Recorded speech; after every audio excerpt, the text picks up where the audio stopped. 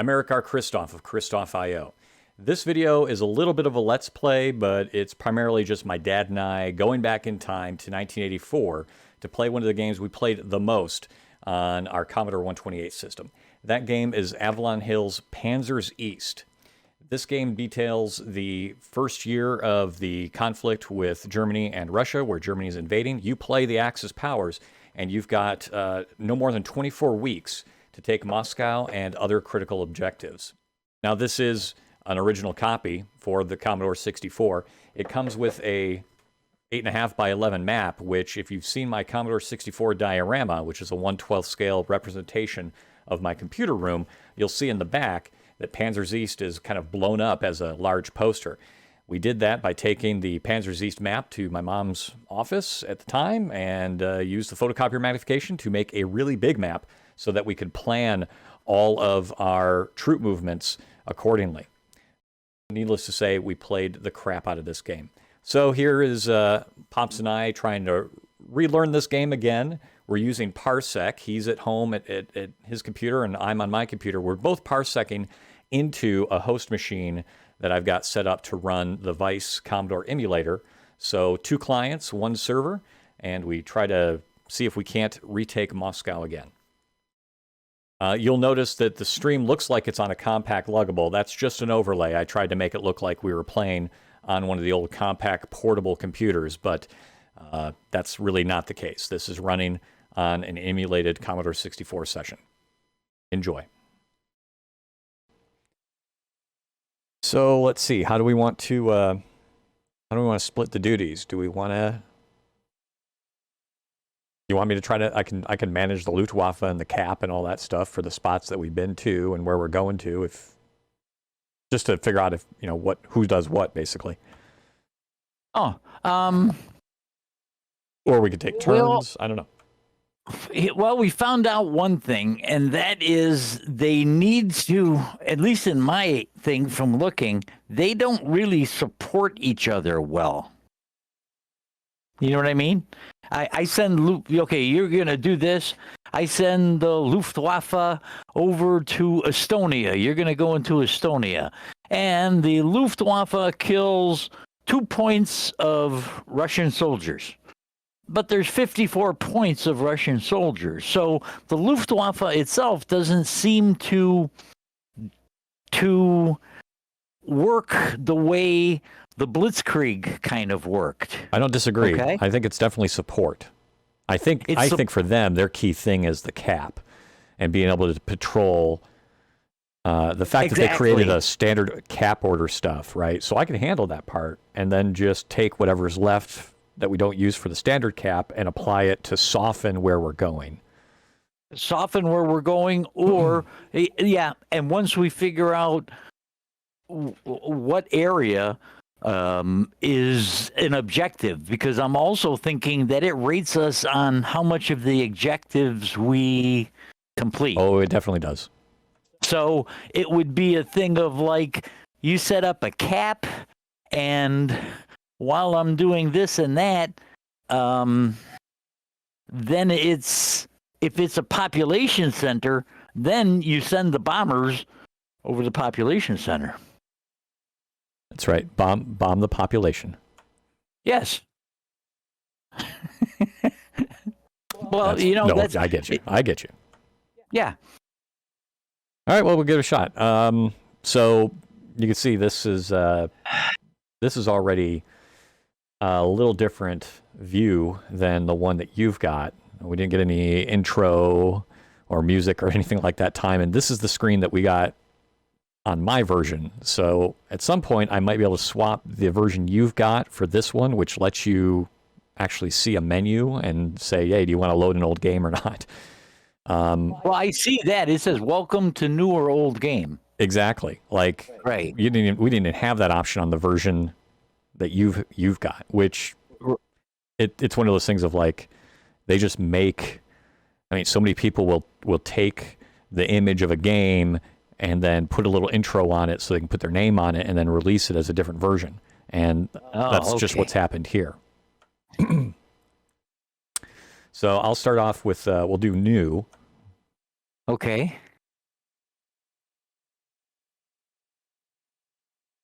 Yeah, now this is another thing. Historic or fully prepared? Yeah, I want to look at the um, manual real quick and see if that references it. Yeah, see.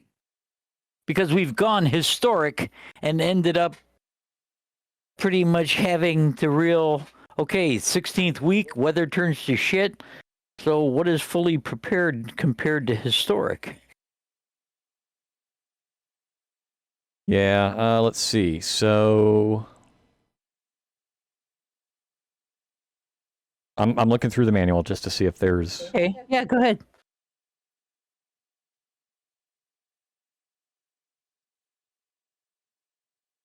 The fully prepared scenario assumes that the Balkan campaign was shorter or involved fewer troops. It gives you one extra turn of good weather and more of your first week reinforcements at the start of the game.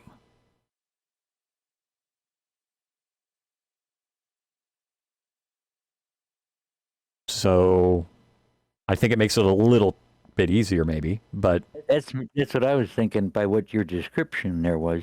yeah. And then so I'm fine with fully prepared for what it's worth to give us a little bit of a leg up until we can go more advanced, but so the other parts of it are interesting too. It says for setting your campaign priorities. Well, I guess we'll talk about that on the screen. So I'll do F for fully prepared. Actually, why don't you make sure that you can do it? You hit F for fully prepared. I hit F for fully prepared. Yeah. Hey, F. there you go. All right. And then hit return. Hit return.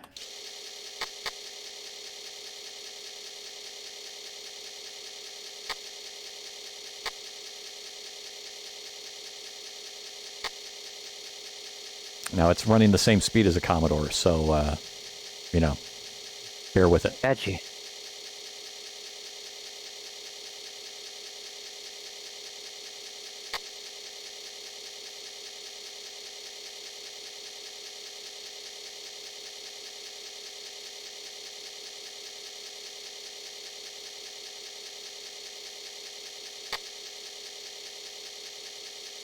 You can see the 8 that's highlighted on the bottom of your screen. That's means it's drive 8, which was the default floppy drive number when you had only one floppy drive connected, and since it's reversed, it means it's active right now. So the drive light is on, so to speak. It's accessing the floppy. The T is for track number 13. Now it's number 12, so it's going through the tracks loading data. Oh, okay. I think that's where so the nice thing about the one that you've got, that version is a little faster because they put a speed loader in there. Or they make it decompile right into memory. But that's where you get the differences of, okay, you get a speed loader, but you don't get the newer old option at the front because they needed code to put their intro in. Right? So it's a mixed bag. Sometimes you get benefits from the modified versions, but you don't get the purest experience. Gotcha.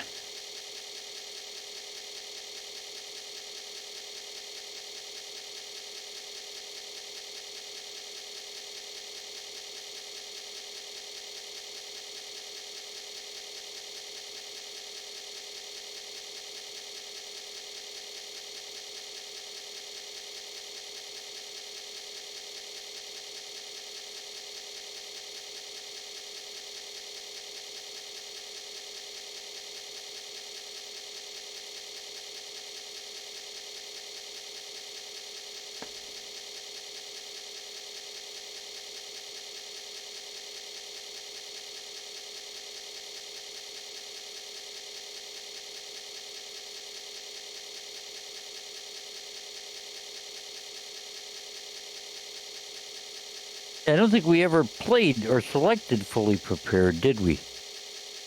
I don't ever remember doing that. Well, what, like this last weekend or in the 1980s? In the 1980s. I thought we always played historical. Honestly, I don't remember. I really don't. It's been too long.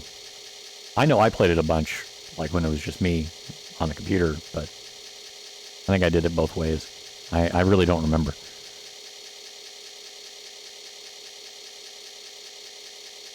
The reason I don't think we did is because we always seem to end up with the same issue of the historical. In other words, week 16, the shit hit and everything started to fall apart. Yeah, I mean, I think you're definitely still going to get that. I think it just might give us one extra week, and that's about it. I'm going to turn warp mode on and see if I can speed this up just a little bit. Okay.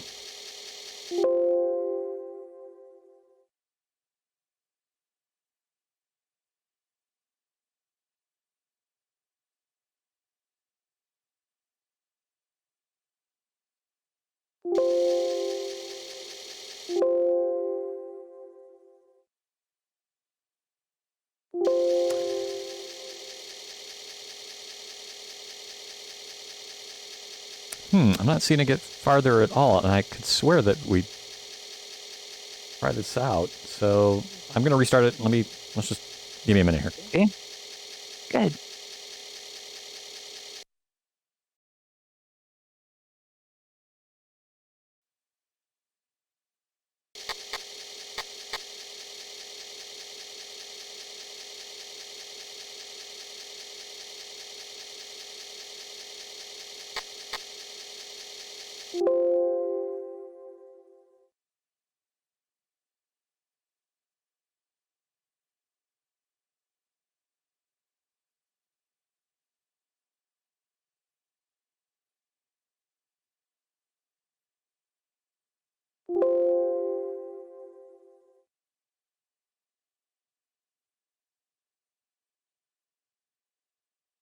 Okay, that worked. Oh, yeah, it worked.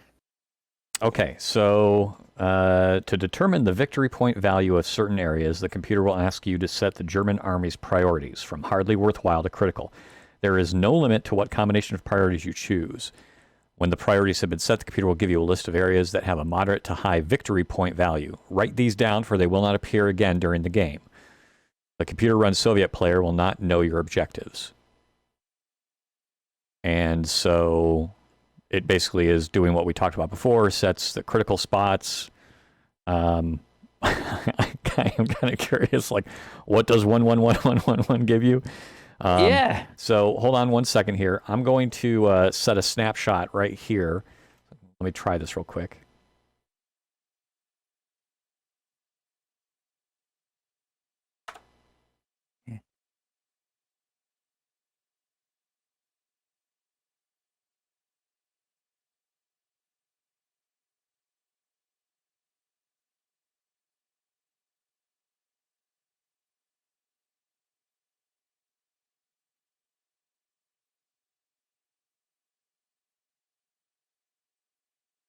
All right. So let's just see what 1111 does, and I can just easily load the snapshot and go back if we need to. So I'm gonna try it real quick here. Okay.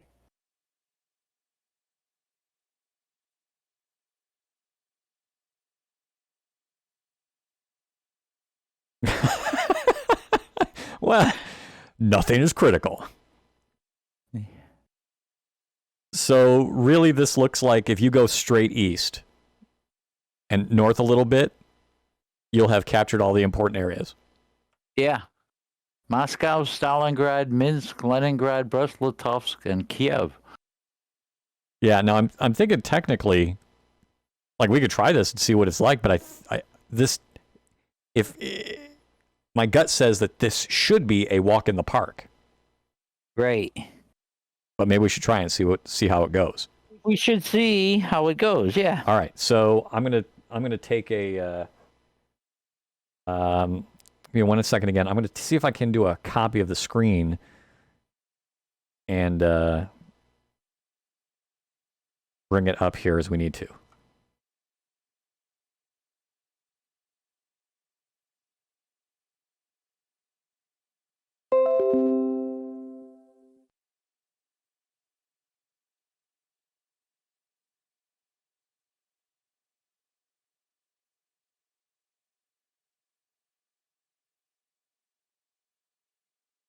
All right, so I've got it copied down. or I pasted it in the Retro Games channel on Discord, but you don't have to go back to that. If you want to write it down yourself or take a picture with your phone, you let me know, and then we can move on to the next screen. Otherwise, I can always tell you what they are. Yeah, you can tell me if you don't mind. No, not at all.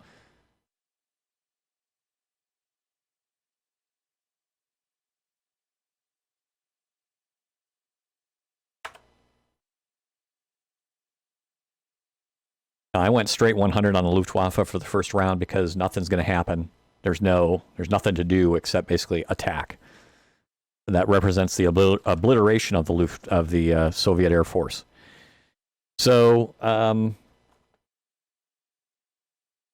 Kiev, Brest-Litovsk, Leningrad, Minsk, Stalingrad, Moscow. So you're literally looking at straight east. And you've got Brest-Litovsk and Minsk right there. Yeah, Kiev right there. Leningrad and Stalingrad. Leningrad is up north. Yep. And Moscow is just a little bit more northeast. Yep.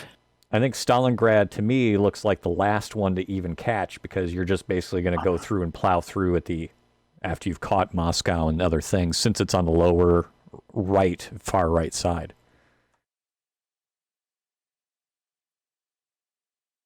Like, to me, that sounds like the last place we'd even conquer.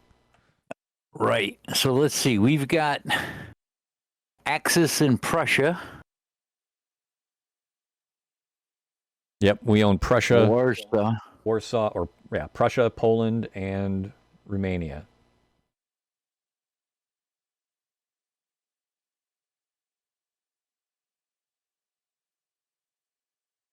So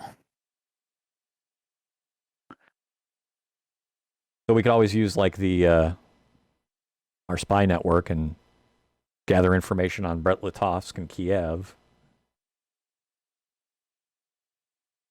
Just see what they're doing. If you want to do that, or if you want me to do it, it's up to you. That's inform, right? Yep. So I just hit I, and then it should. And then it'll ask you for which area. Yep. So BR.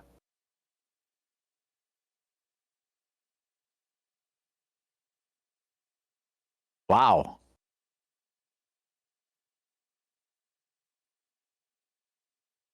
Wow. You see that? Yeah, so now I wonder if fully prepared was like they're fully prepared. No shit. Soviet air power is 78 points and 83. Okay, so that's Brest-Litovsk. We have to go there. We can't go anywhere else because we don't have any... I mean, the only thing you could do is Romania to Bessarabia, but so fully prepared might actually be the way more challenging version. What I can do is I can quickly restart it. We do 1111 again, historical, and see what Brest-Litovsk is got. Okay.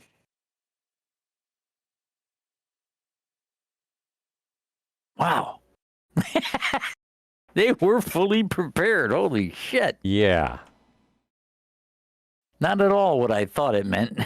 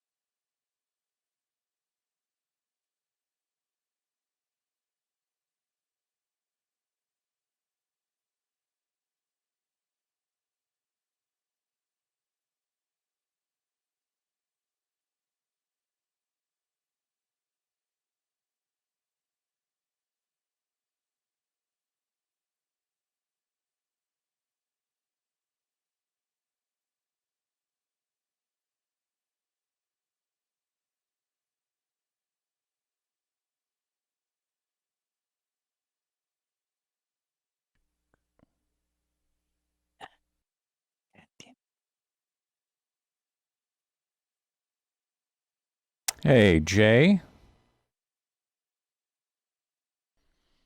Yeah, I'm not using any of Merlin's code for the guessing part. Welcome. Yeah, but no, just one floppy. That's all Just one done. floppy on the old Panzers East. I am doing a little weird balancing thing with Pops. He's in Discord and we're playing together we're connected to the same machine via Parsec. So this is a first time trying this. So hopefully this works out well. But hope you had a good Christmas and New Year's. You know what also I thought of?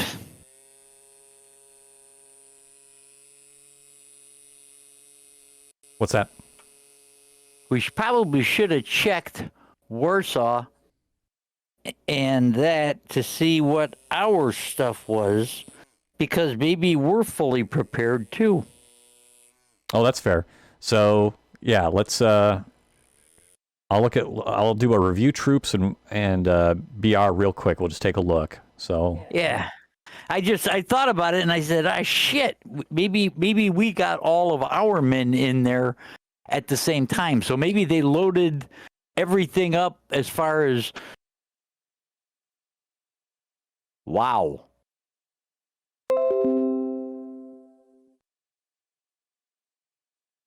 yeah, so they were still the same. Brest-Litovsk was the same, 83. This is historical for our stuff. So I'm going to reload for fully prepared and see what Warsaw and Prussia is. But okay, they were the same strength. Ah, okay.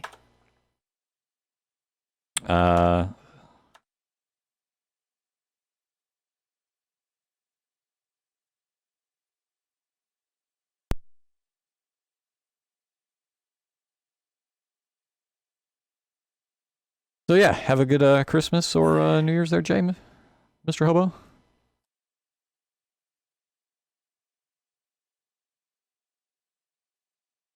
I don't know if you remember this game. This is an old one. A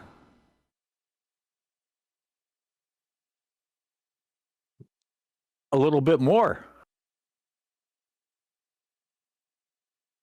Yeah, so Warsaw with historical is 160.78. This is 185.88. Prussia 55.15. This Prussia 75.15. So since we're trying to go easy, just to get our bearings again, I think we stay with fully prepared. Yeah.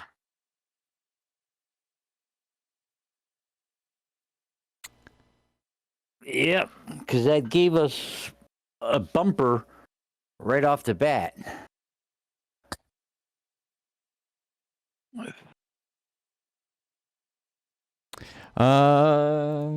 So we can take Brest-Litovsk. Yeah, I think if you want to do the review troops or the do an assault from Warsaw to BR, I think that's good. We can see what's going on in Lithuania and Bessarabia and Kiev, or I guess you get three informs per turn, and we already used Bessarabia or Brest-Litovsk. So yeah, I think you can move like right into BR.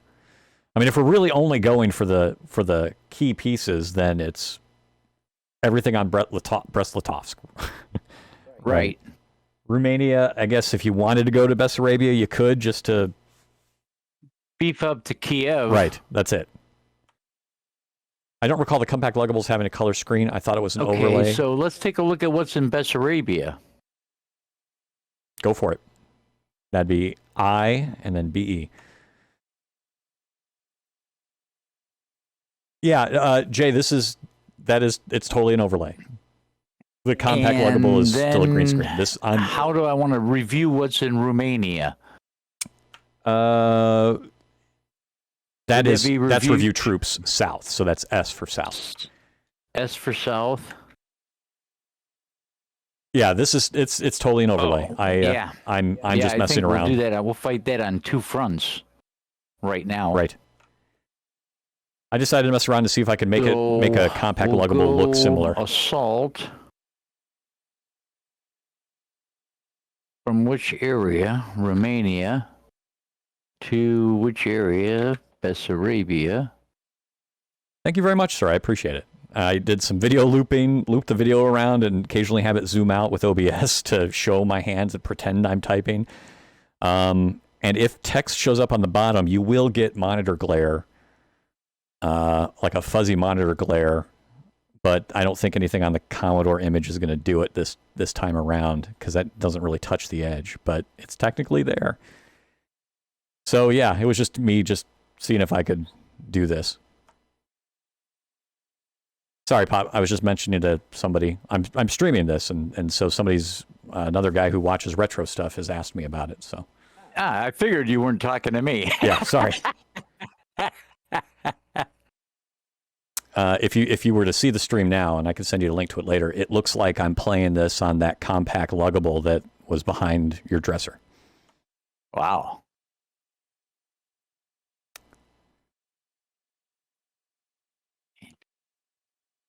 All right, so you're not going all in to BR? I don't have to.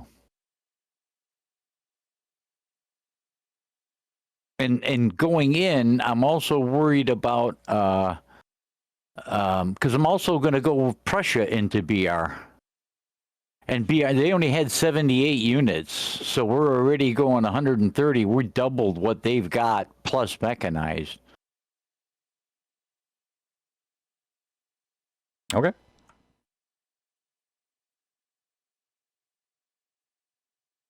I don't know. I feel like you've got all those troops in there. I don't know what purpose it serves to leave them behind, but see what he's thinking. So yeah, Jay. Also, every so many seconds or so, it goes back to green mono, just to mess with your head. Okay. Okay, then in that case, there's nothing for the Luftwaffe to do on the first turn. So I think we just end the turn. Okay, let's see what happens.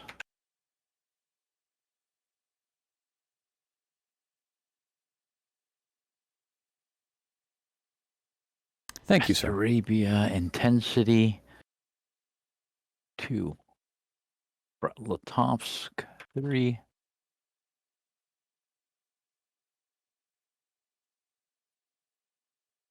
That's what we expected. Yeah.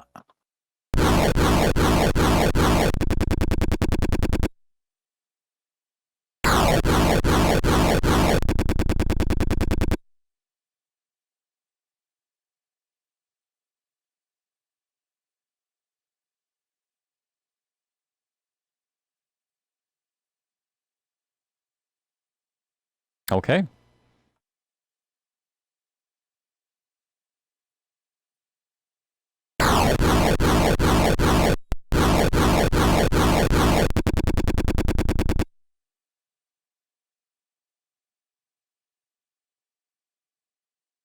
Wow.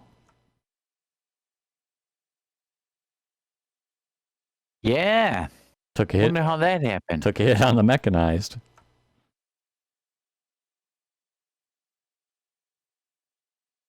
Yeah, so this game he and I played, well, obviously, when I had a Commodore back in the old days. So we're just trying to relive some of the magic.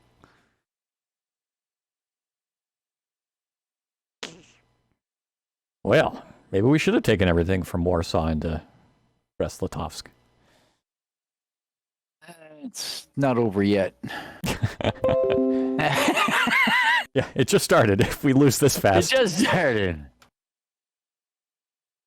But you see, here's the other thing we can do. We can take now what we also have in Warsaw and throw it into Brest-Litovsk, right?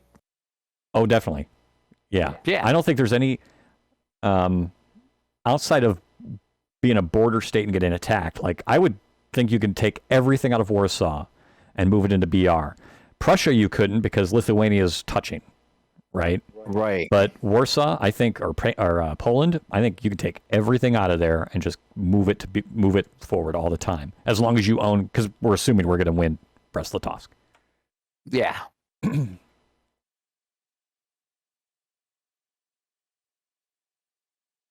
Yeah, Jay, I don't know if you ever messed with Parsec, but I'm actually using Parsec and he's using Parsec, so we're both And then clients. we battle for Brest-Litovsk again, right? Correct. You want to do B and BR.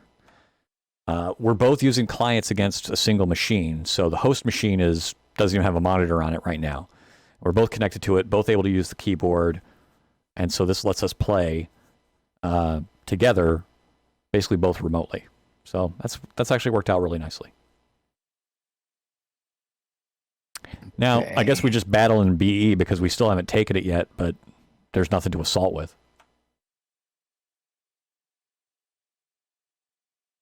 Right. So we hit B again, right? Yeah. And then BE.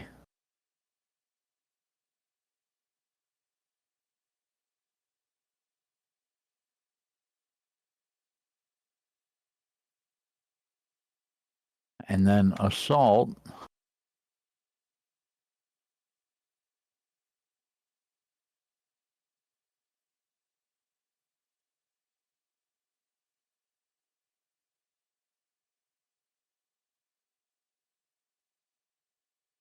Okay. All right. Luftwaffe. I will do some Luftwaffe in here. I'll do some Luftwaffeing.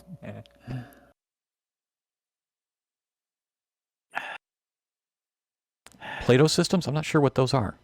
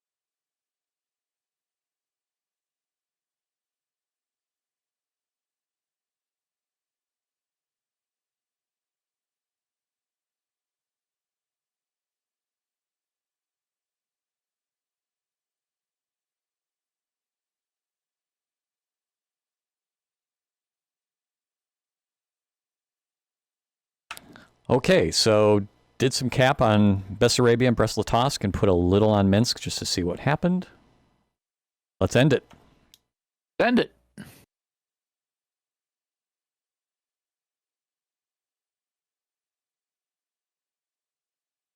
I'll let you enter intensities. Plato was a college mainframe system hooked together across We have colleges. to be... Oh, okay, right on.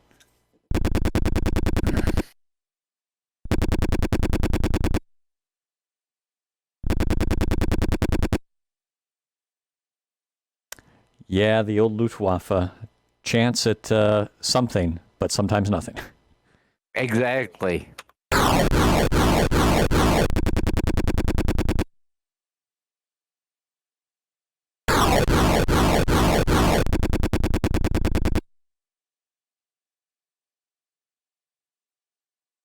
Yeah, Parsec's kind of cool in what it allows you to do. Oh, yeah. There we go. Bessarabia will come in 48 to time, 1. but that's what we needed.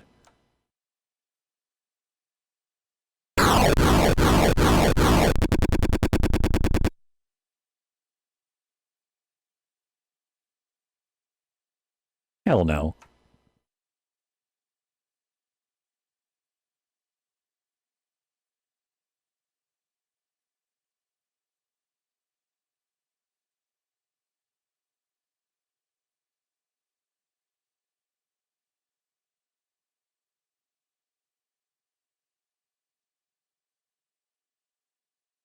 Very good.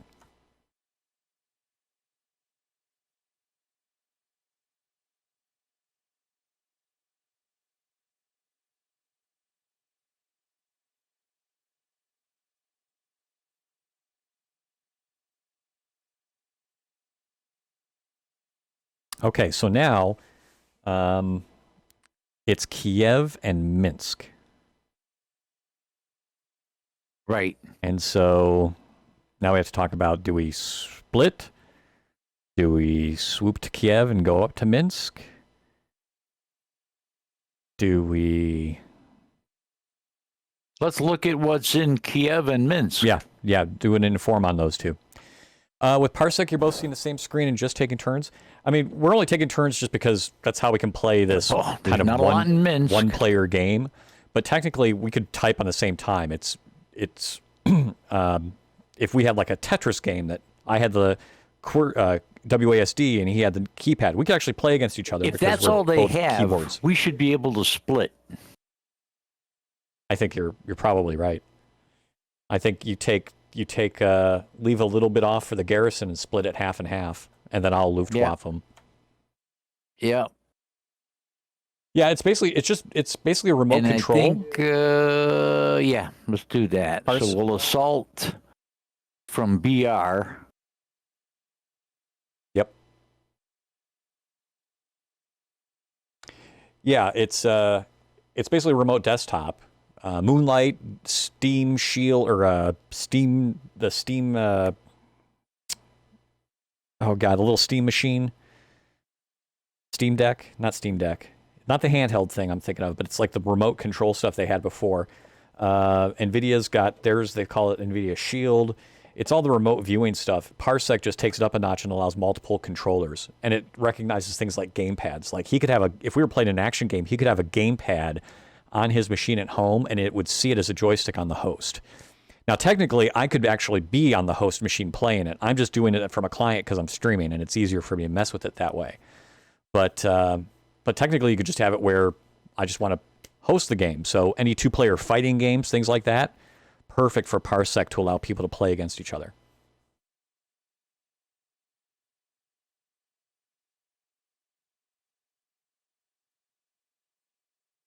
And I think as far as the mouse goes, it's like the last person to move the mouse currently controls the cursor until it Didn't have moving. as much as I thought. If I just go through it and don't put a thing in there, it won't move anything, right? Either returns or 000, one of the two. Assault failed. Okay. Then what we'll do is battle Bessarabia. Yeah, I was going to use 34. Moonlight, and I do like Moonlight if it's just me playing, because I want to go upstairs sometimes and play on my TV, my big screen 4K projector. So I use Moonlight for that, but you could also use Parsec. All right, so we've got our battles. You want to do a review troops and see if we got any reinforcements in on Warsaw? Oh, okay. So I hit R, or you do that. Okay, I'll do it. Yeah.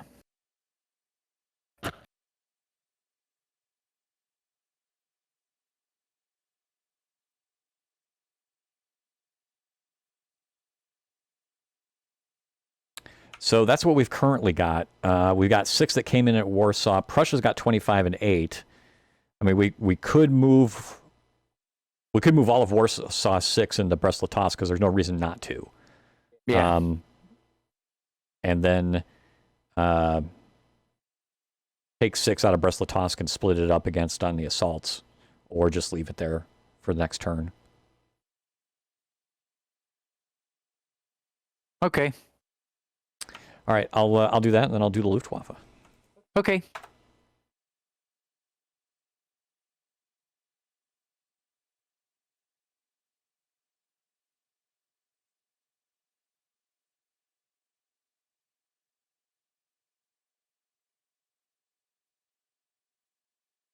Let's see, 333. Luftwaffe.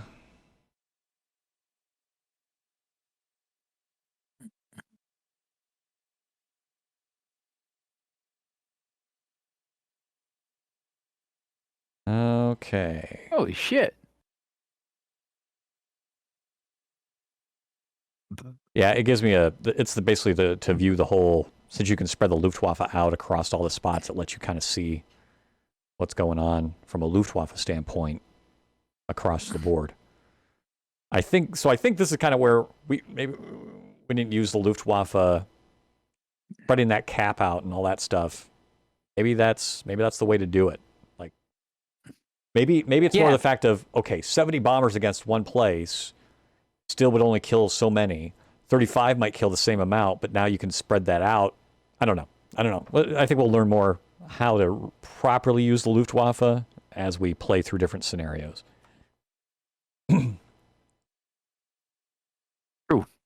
True that. Let's see. So, quarter standard cap, Minsk, 5. Cap, Kiev, 5. Play, south. Launch standard cap, all. Okay, standard cap. Launch cap's like a patrol. We're going to do general missions, Bessarabia.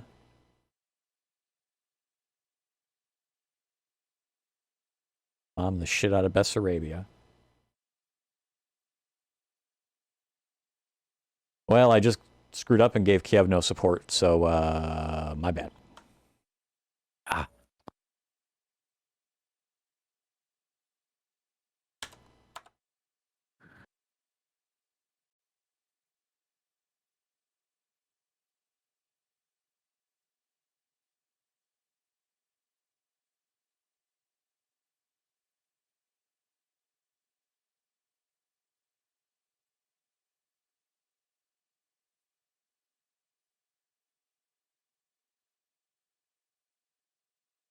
All right, go ahead and do the honors.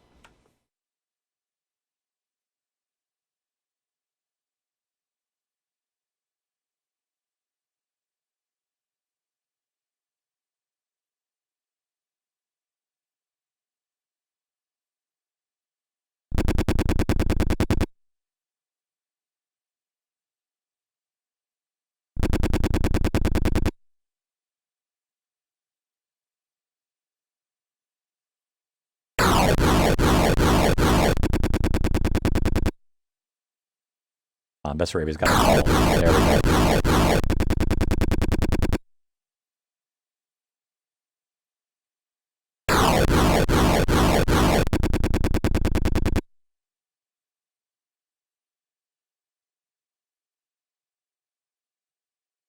Oh, man. Yeah. That's pretty.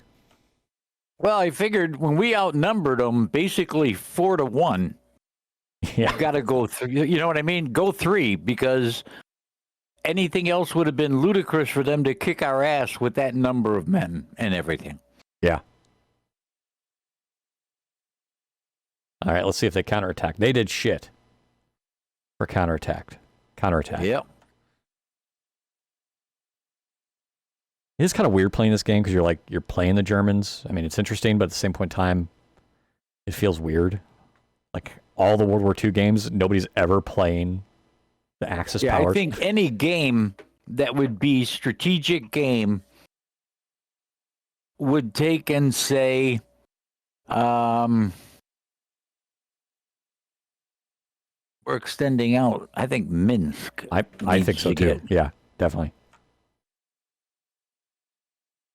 Oh, but anything that really goes with numerics, when you set it up that there's 17 of them and I send 100, by rights we should have beaten them. Sure. Well, okay, so now we've got 3 off the list: Brest-Litovsk, Kiev, and Minsk. Now it's 3 left in terms of other important areas. Leningrad, Stalingrad, and Moscow. So let's take a minute and look at this map, and let's figure out how we want to do this. I mean, I think you could take Kiev stuff and move it back up to Minsk and continue this steamroll and do like, you could take Smolensk, go right to Moscow, take Moscow, split Novgorod and Gorky, split, or then take Novgorod into Leningrad and Gorky into Stalingrad. So slice it down the middle and then split it between north and south, and that's it. That's our main objectives. That's one way to do it, right? So we can move men from Kiev into Minsk, from Brest-Litovsk into Minsk, and then assault from Minsk into Smolensk. Yeah. Yep, we could do it that way. We could take Minsk. We could take Minsk all the way across. I mean, yeah, still doing what you're talking about, moving BR into MI and WA into BR. Well, here's the thing: if we go, the only reason I did that was because you have to capture Smolensk, and then you go right to Moscow.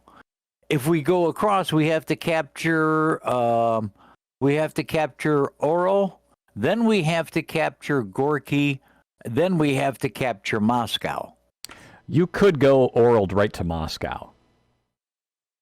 Well, we could do that. But I tell you what, let's look at Smolensk and Oral and see which one we think we can take without losing a lot. Yeah, that might help decide it, because otherwise I prefer Smolensk only because we've got more Luftwaffe in the center. I got you. Let's take a look.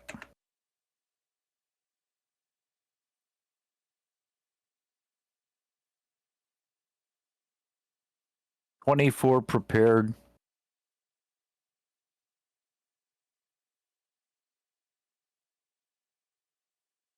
The tie. Yeah, might as well just take Smolensk. Okay, so we'll move some men from Kiev into Minsk and Brest-Litovsk into Minsk, right? Yep, so we do that. That takes their turn to get there, so we could do, light fighting the first round from Minsk into Smolensk, and then the next week we'd have all the stuff moved into Minsk from BR and KI. And then we can assault it again and battle it. Yep. Okay, so we'll move them from Kiev to Minsk. Let's move.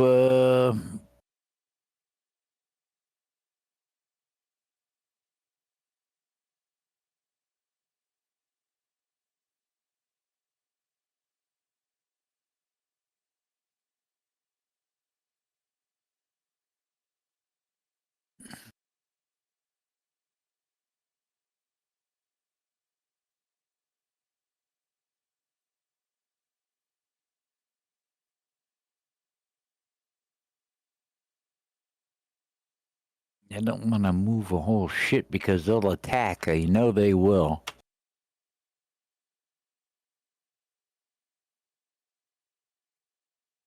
Okay, and then we assault from MI to SM. Well, let's take a look at Warsaw and Prague and review the troops there in case we got reinforcements. Okay, I'll bring up center. Yep. Prussia 25 and 8. We could definitely move I can keep, every week I'll just keep moving whatever's in Warsaw into BR and just keep a flow. Prussia, Lithuania may get yeah, dicky. I mean, they may get, since we're not touching Lithuania, I guess I'm okay leaving them there because that's the border for us. It's a buffer. Yeah.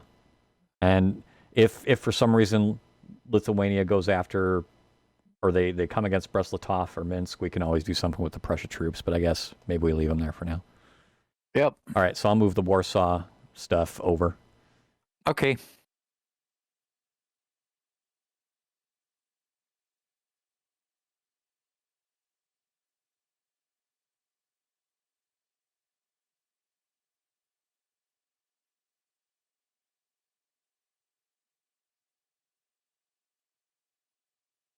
Okay, and then what we will do is we'll assault Minsk, Smolensk. I would think you'd be able to do all because we're moving shit into Minsk from the other. From the other things, so yeah. Well, we'll just do even numbers.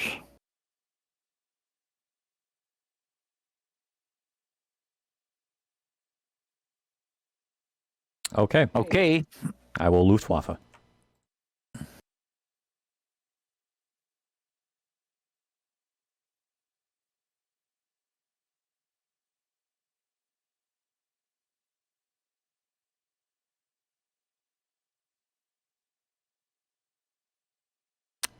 Okay, so that changes it if I do. Okay, it's not an add. It's a order standard cat, Bessarabia 5. And then I'm going to transfer aircraft. I'm going to actually do 7. 7. Transfer. South to Central.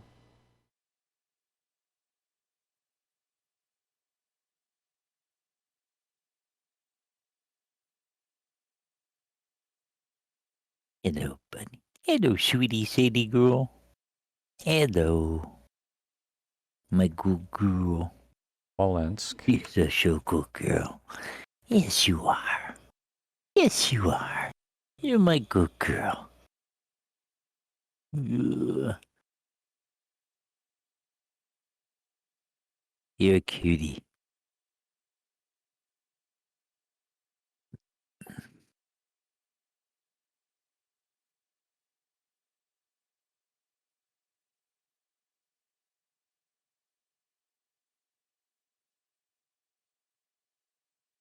Did I screw up the number? 7-7. There we go. That's what I wanted.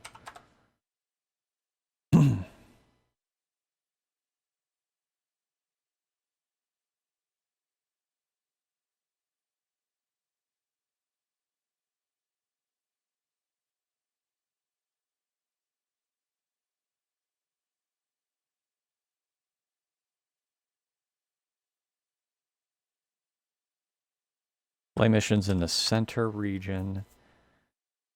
10, 5, and 10. Okay, general missions, MI 5. All right, and general missions, Lunsk. Do 6, 10, and all. Order standard cap. Press the task. We're going to bring that down to 7. Standard cap. Minsk, we're going to bring that down to 7. Smolensk, 7. And okay, I think I got that the way I want it. Go for it. Okay.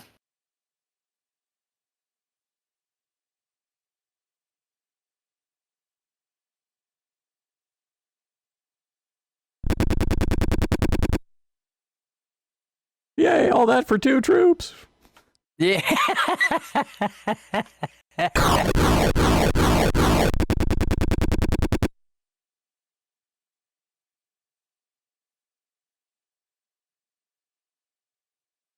All right. Well, they shouldn't be prepared this time around. Next turn.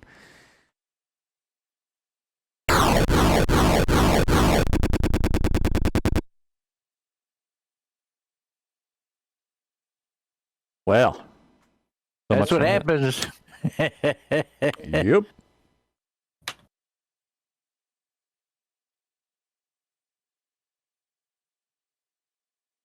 Heavy enemy buildup in Archangel, which is the very northeast, so I don't really know that I care too much about that.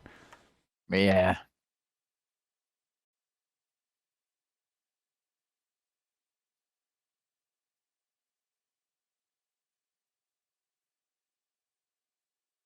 we need to go Minsk because we're Smolensk. going... No, Smolensk. Okay. So, we moved all those guys into Minsk, right?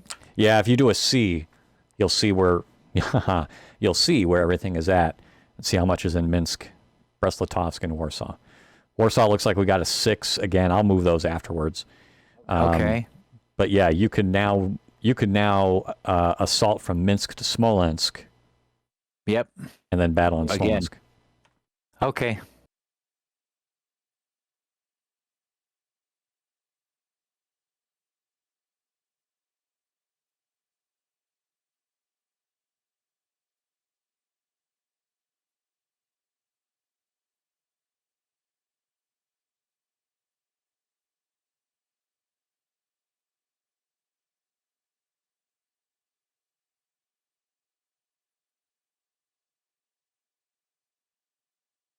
Oh, wait. Did I do that? No, that's not... I didn't want M. Wanted B.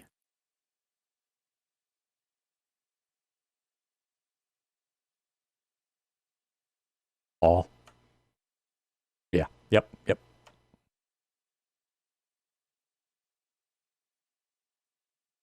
Okay. I'll move Warsaw over, and I'll do the Luftwaffe.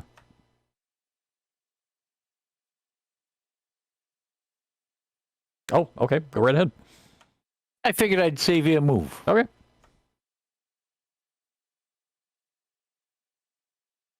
And then where did we do then? 3 into... Well, so it was, but when we were split. So now you can take 6 from BR to MI, and 6 from there we MI go. assault into SM. I basically just kind of let it flow on down. Gotcha.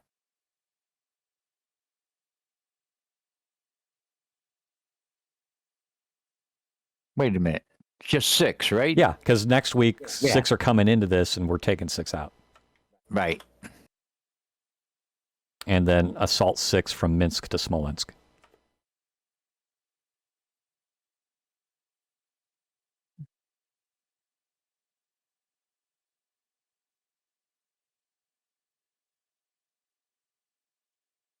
At least I think it will take the idea of, hey, I got 6 going out, I've got 6 coming in, I've got 6, but we'll see. So did I already battle Smolensk? I mean, you could try it again just to make sure, but I'm pretty sure you did. Yeah. Yeah. Okay. All right, Luffy. All right.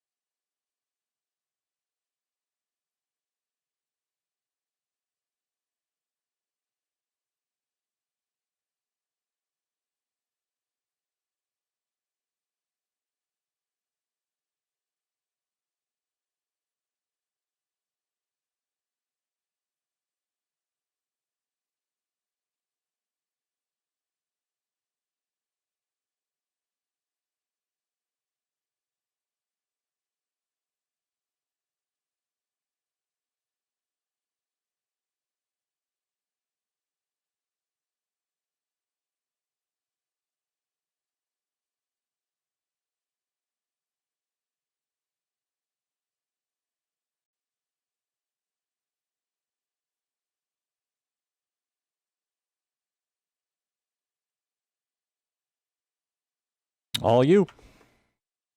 Okay.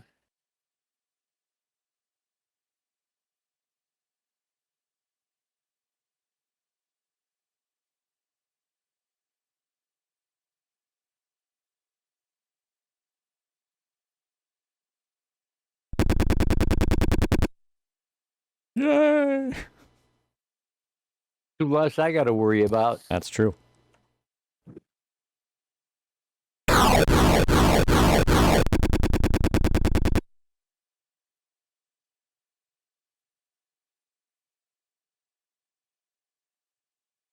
And they keep on crumbling.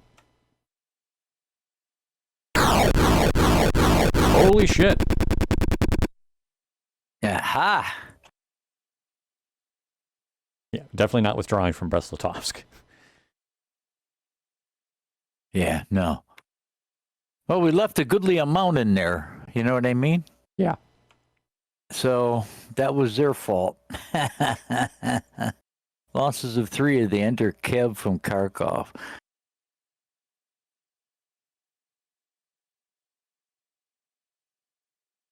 Now, I've got caps in both Kiev and Bessarabia, so I'm not terribly worried about doing anything with those guys until something actually happens. Good. Hungary joined the Axis. Yeah, they might have some stuff to move into. Well, we can see what they got. Bessarabia. Yeah, we can split them between Bessarabia and Kiev or whatever. Then Smolensk for this guy.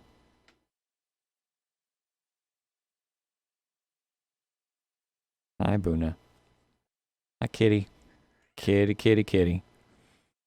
Nobody hears you in the streamland, kitty. Will C tell me what's in Hungary? They're in the south. S. S? Okay. I guess nothing this turn. Well, they just joined. They didn't really want to help, I guess. Plastic offer.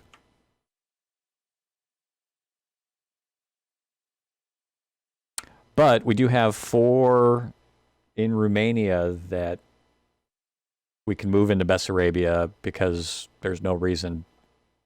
Yeah, 4 infantry and 12 ally. Yeah, might as well move them into Bessarabia since there's no reason to keep them in Romania. Right.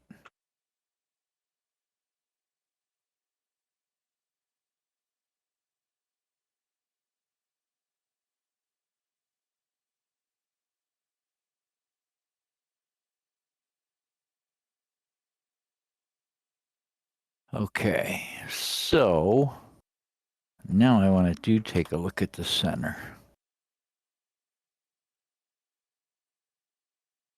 Oh, Warsaw got some mechanized. Yeah. So now it's where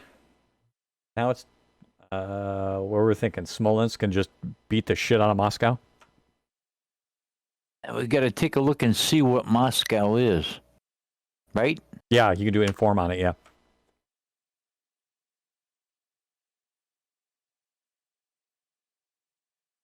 Yep. 2 to 1, 3 to 1. Well, we'll definitely soften them up this turn.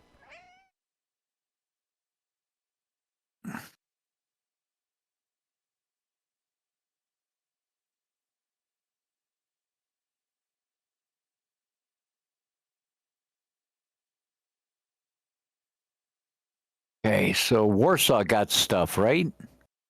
Yeah. Yeah, like So 8 infantry and 3 mech. Move Warsaw into Brest-Litovsk.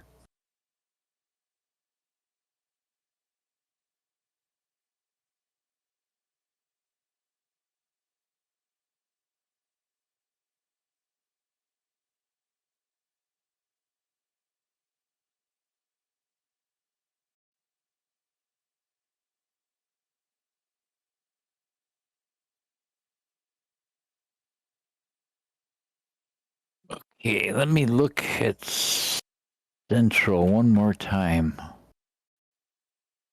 Minsk, 12 and 9. Okay. Minsk. Move.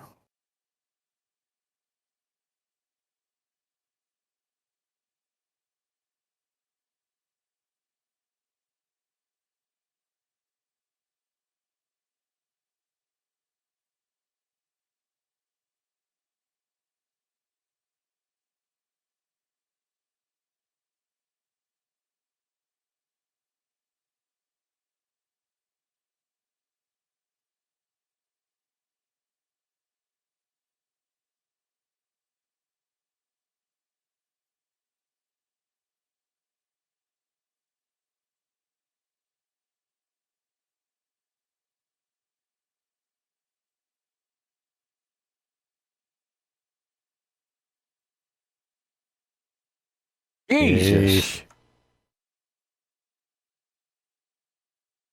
Okay. All right. I'll Luftwaffe it up a bit here.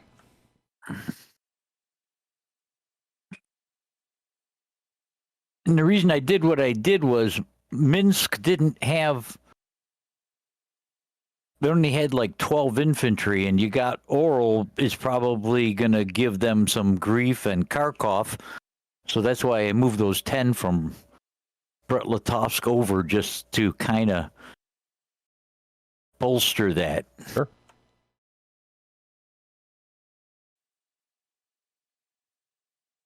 It's hard to figure out because a human thinks one way, and you don't know the way that thing looks at it. Yeah, and I think as we try the different varieties of difficulties and scenarios, I think we'll get a feel for it, at least a little bit better than, I don't know. Yeah. Yeah.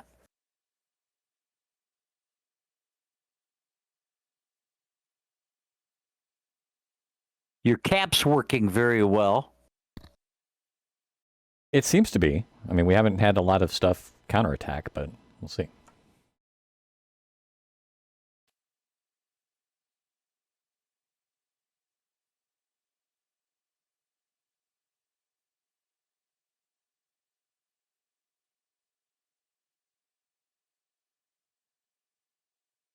Yeah, see, in the historical sense of what the German Blitzkrieg was, is that usually the Luftwaffe came in and took out men and supplies, and then the mechanized panzers and that they rolled in and wreaked havoc, and then the infantry followed. So it was a softening and then a punch, and then the infantry came through. When you try it with this, it doesn't work out the same way. You know what I mean? For what you're throwing, Yeah. Luftwaffe, there really should be more. It should be not even so much. How do you do this? Not even so much of losses as there should be a thing that would show up. So many points of men killed, movement weakened, or reinforcements weakened. You know what I mean? Because they'd be blowing up bridges, railways, and the like. So they would actually weaken the territory's ability to fight. Sure. But you're not seeing that. Yeah, that's why I'm going to try a few different things with the Luftwaffe for these other parts. I sent some to Leningrad just to see if I could do anything there at all. Yeah. All right, off you go. Okay.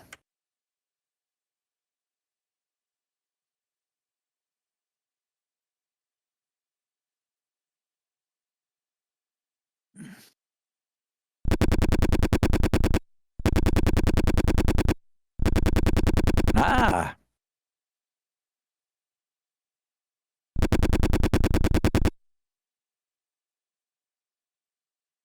Well, you did some good in Leningrad, that's for sure.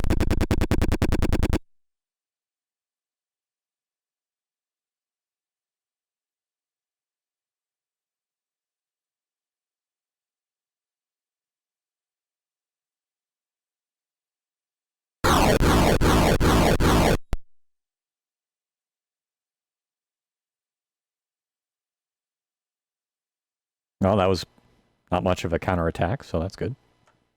Yep.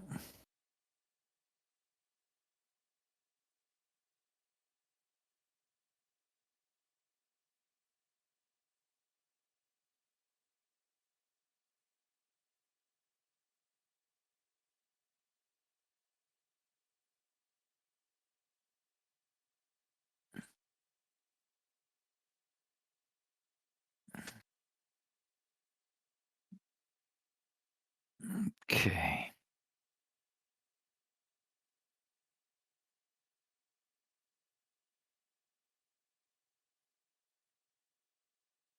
Kiev is strong.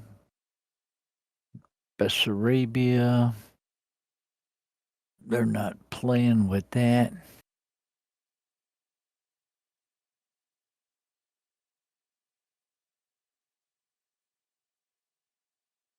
That's not even an issue. I don't know that in any of these I've ever fucked with the North. I'm like, I don't give a shit. Warsaw again. Prussia, Minsk, Smolensk, Moscow, Brest. Okay.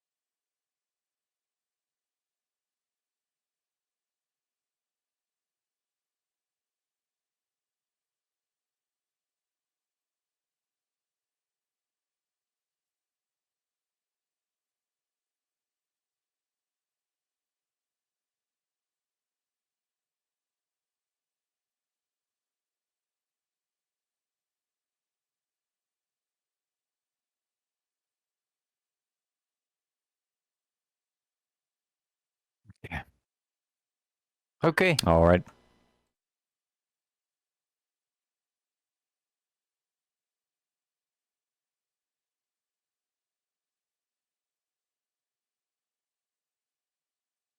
Oh, look at that shit. We broke the game.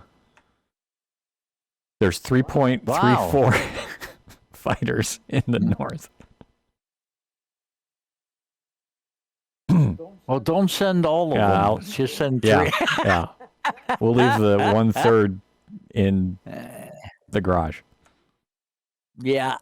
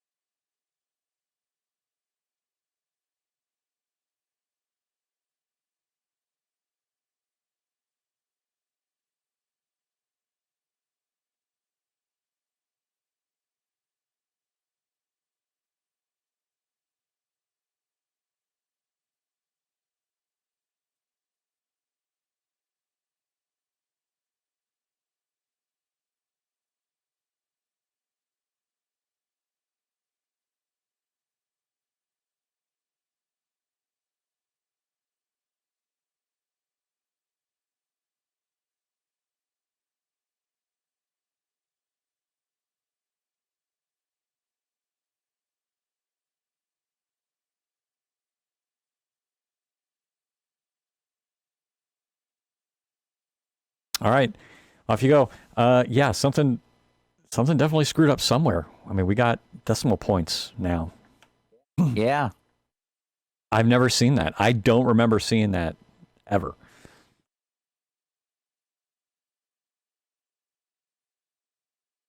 You good?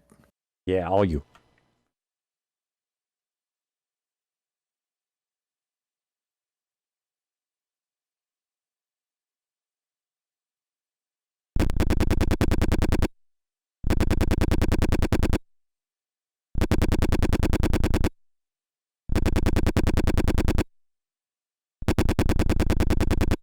All right, hold on. Don't go yet. I want to take a look at this.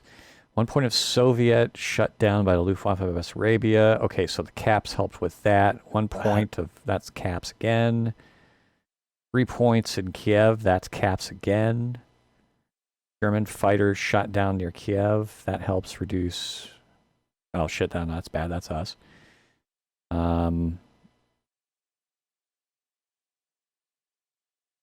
Let's see. German planes at Leningrad. We killed 3. So we softened Leningrad a little bit. Did not do as much in Moscow as I was thinking, but and didn't do shit in Novgorod. Okay, go ahead. Okay.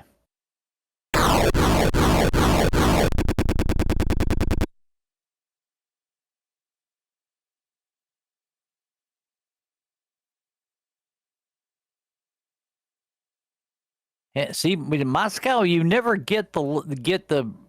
It's a drawn out battle. Yeah.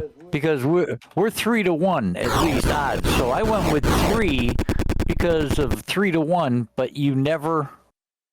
Yeah.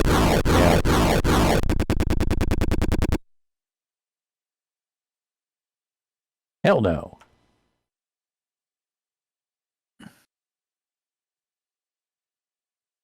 At least we shut the shit down to their counterattack.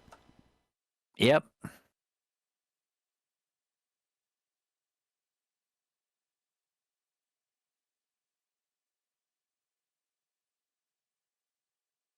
Honestly, I feel like what this kind of does is it also says you can't just take and steamroll wherever you want to go. Like, to really master this, you kind of have to split some shit up. Yeah. Well, we didn't really steamroll. No, but I mean, if you look at where we could have gone, we really haven't split anything up either. Like, we are kind of steamrolling in the sense that it's all of our forces that can battle against one target. The rest is garrison, right? So, relative to how we could play it, I think we're steamrolling. And I don't know. That's just I guess we'll figure that out more as we go through new games with different parameters and force us to split. Well, we might actually be splitting soon after we take Moscow, if that comes through. So, yeah.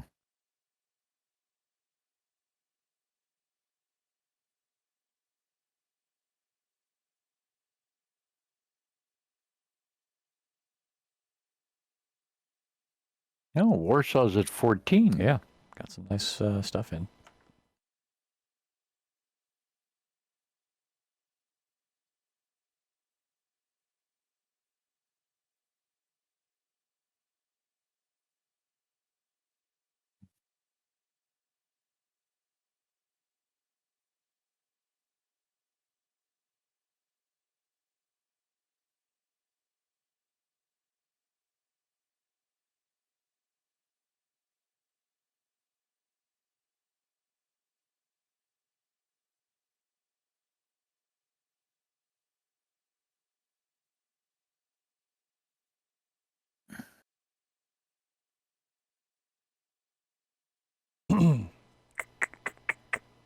Hmm.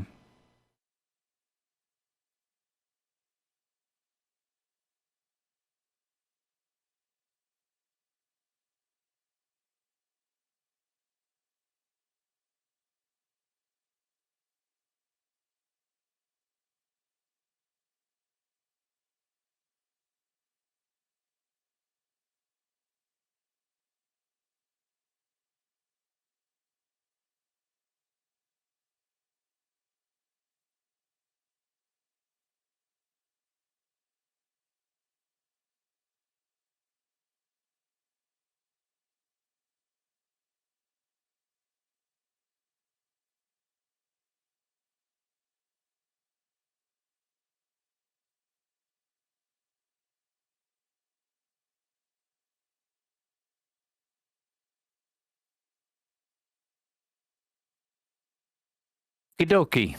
All right.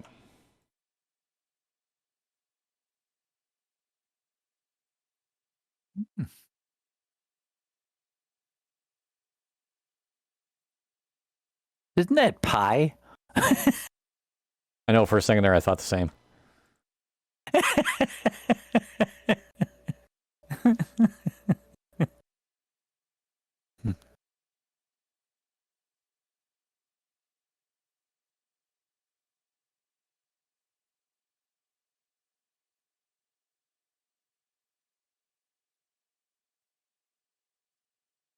All right, so we need to do some shit in Moscow.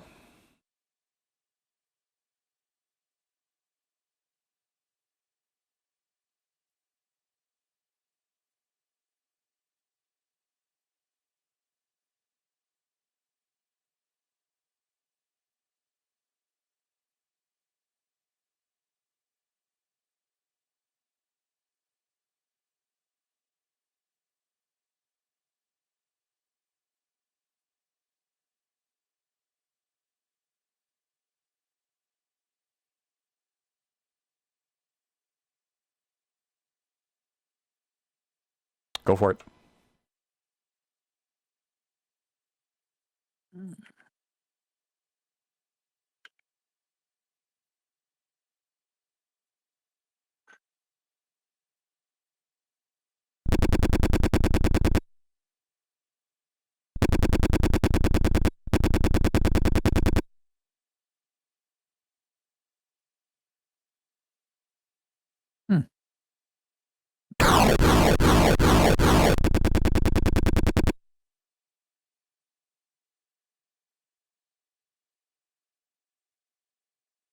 There you go. That looks much nicer.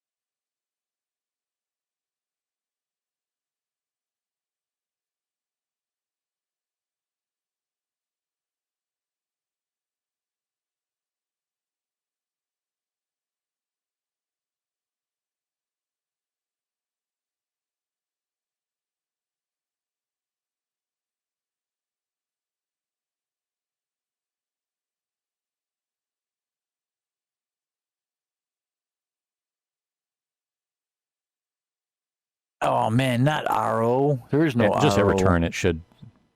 There you go. Okay. Jesus.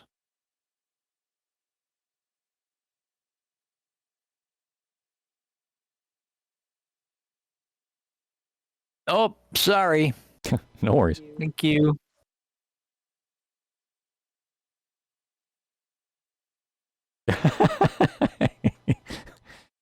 God damn. Okay, let's try this again. We're moving from Romania to Bessarabia. Yay. Hooray! Okay. Moving from Hungary to Kiev. I know. Just getting rid of it. Every point counts at the end. Yep.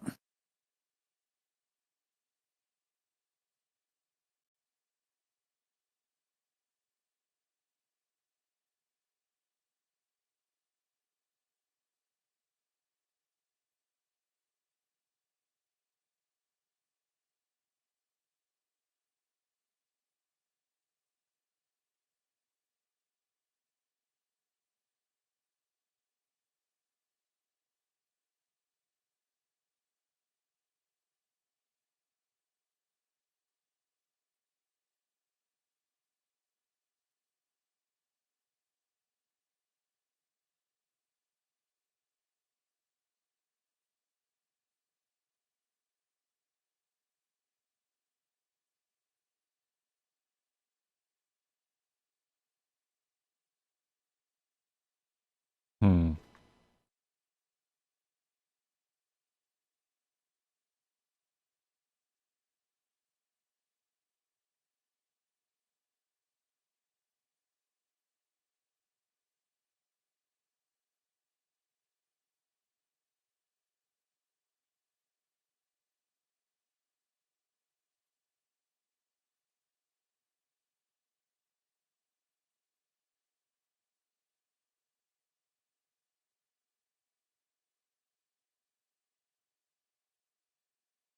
Yeah, I like that.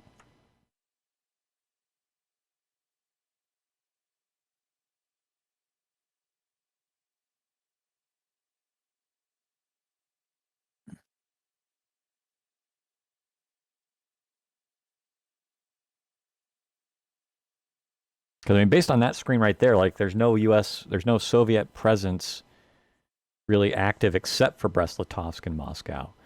Now it makes me think like you still don't want to empty out any of those that have 0, but it means like you can do with a little bit less, maybe. You know what I mean? Like utilize them some more. Yeah, I'm trying to keep the garrisons in the 20s range. Yeah.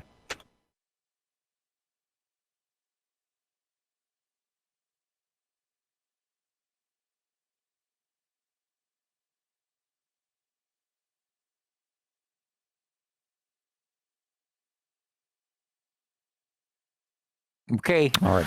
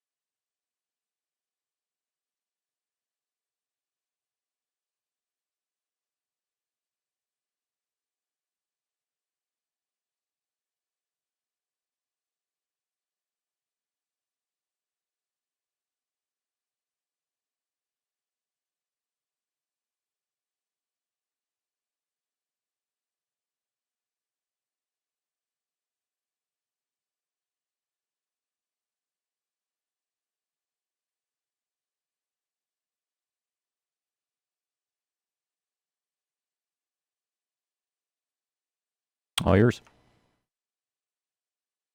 Okay. Let's see.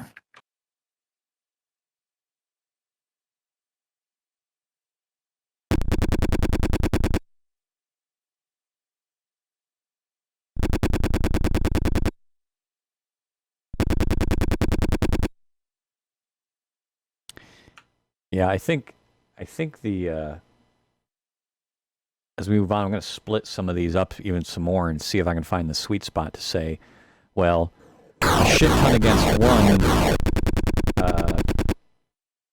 area I'm never going to get with a Luftwaffe, but I can take 3 out of like 4 areas in one turn, right? That'd be nice. Yeah. Yeah, because it seems like if you throw a whole shitload, you're not getting a return. Yeah. Yeah, I think the idea with the Luftwaffe is definitely to spread it out. Oh, hey, nothing. Spread it out. The caps are really good. Yeah.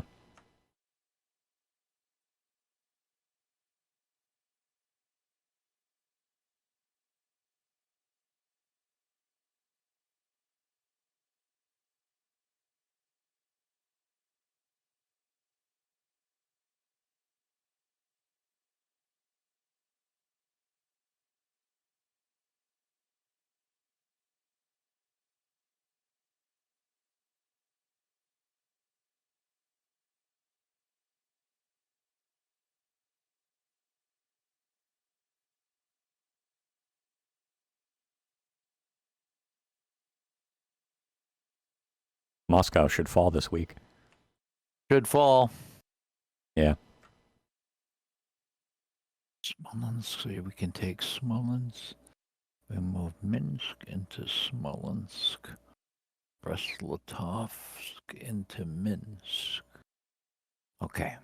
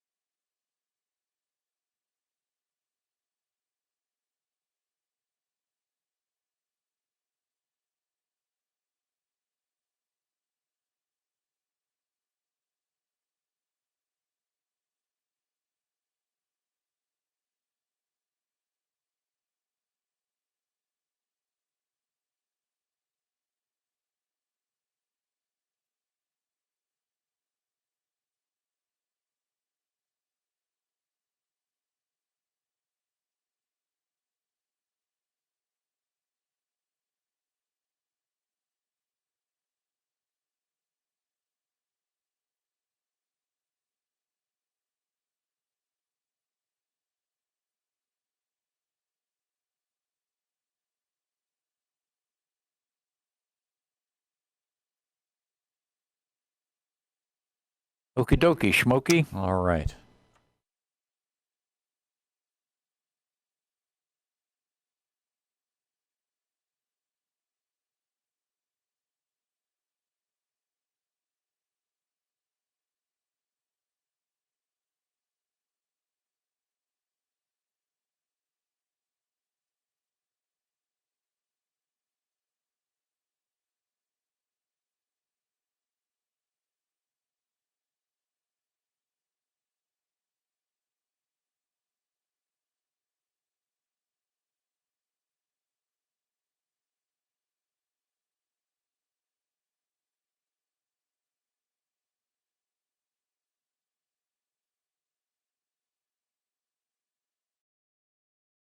Go for it.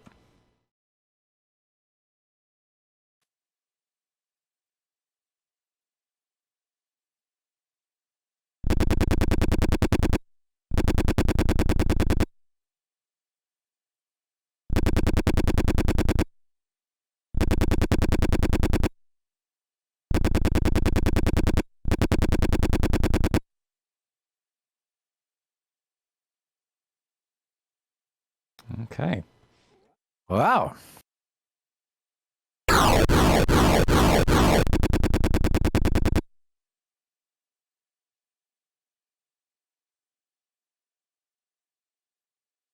Hooray! Yippee yippee!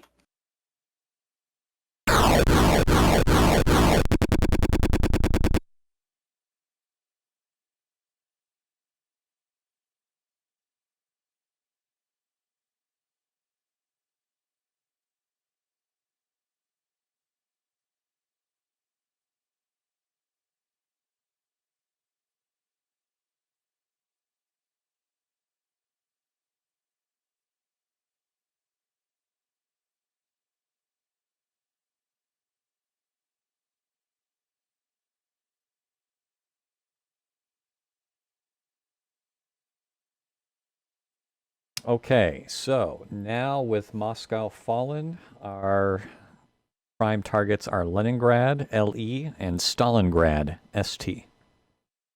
And we are 2 away both sides.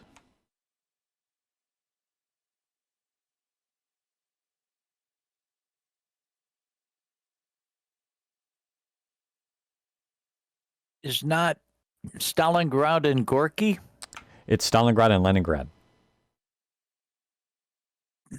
So we still have to take Gorky, right? Yeah, you got to take Novgorod and Gorky to get to Leningrad and Stalingrad, respectively. Okay. So no go is basically what we're looking at.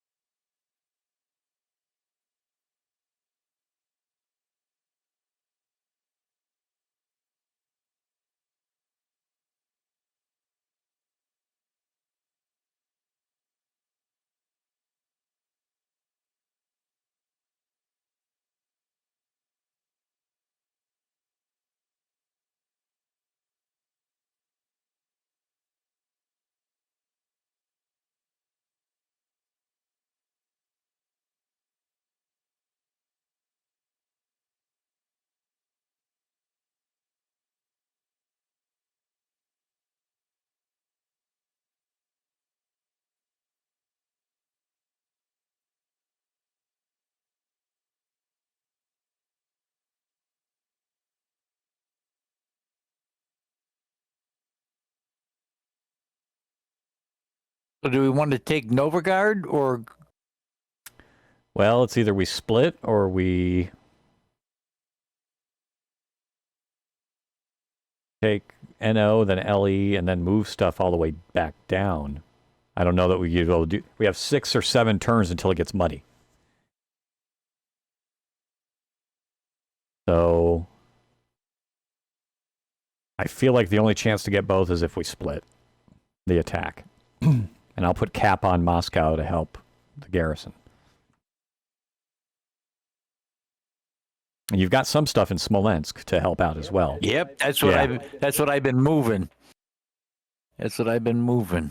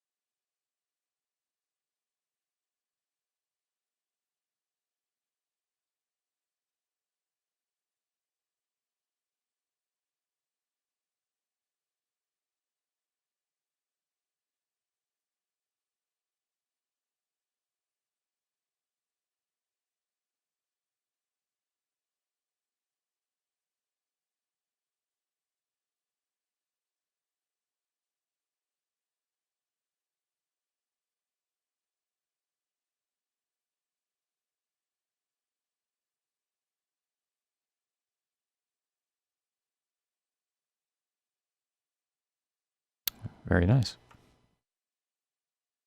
Why, thank you.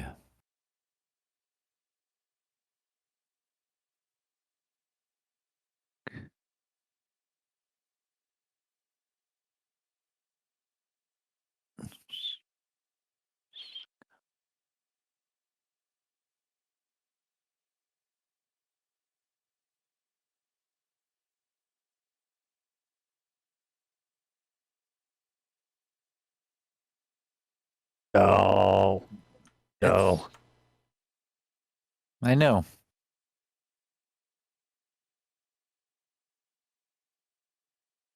Okay. All right.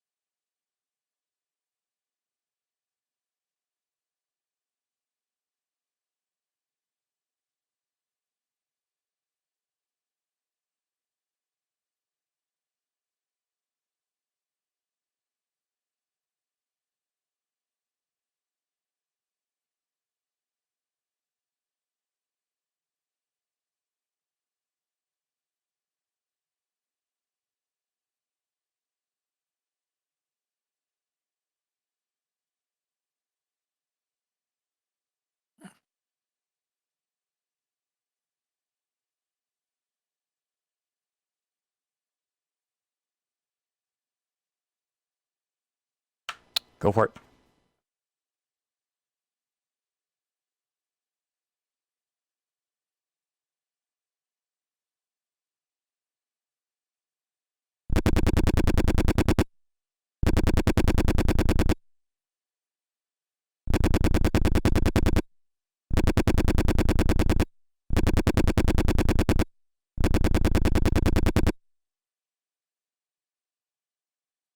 Okay.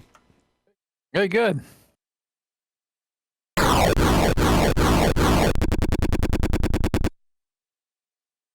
Which is 5 and 3. Oh! I guess that little extra boost from Smolensk might have helped. Yeah. Yeah.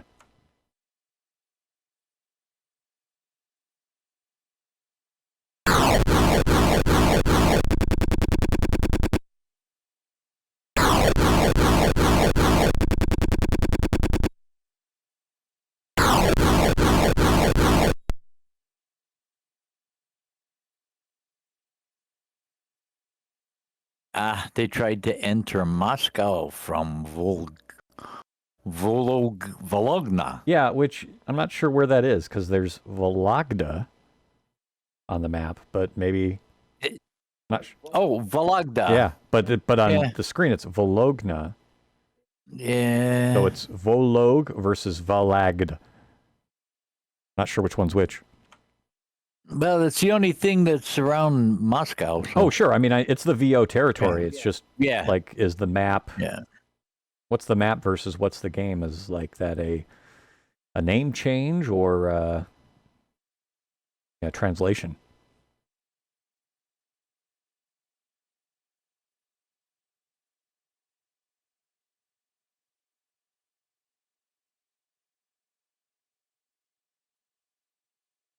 It's off the Yeah. supply Yep. route, so we got to get that further out. Yeah, I think that's a good call.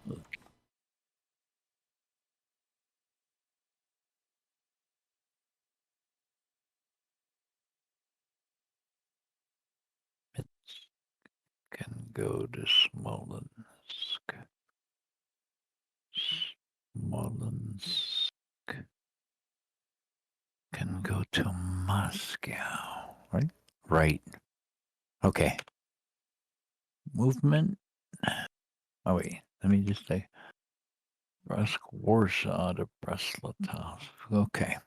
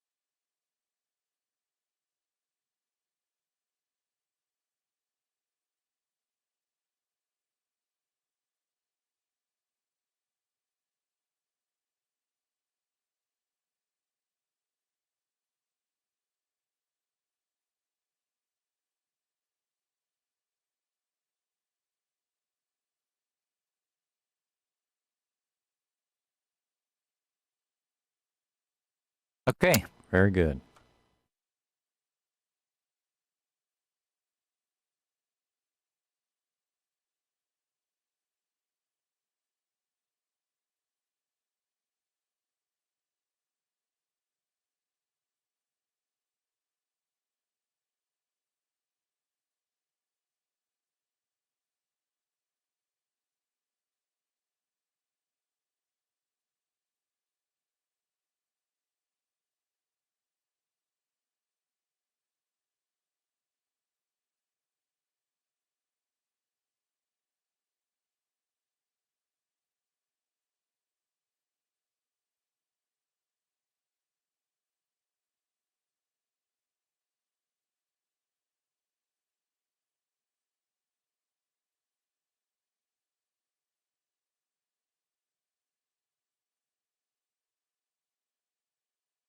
See, that's 12.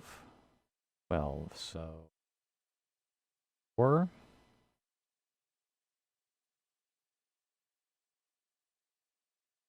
8. 30.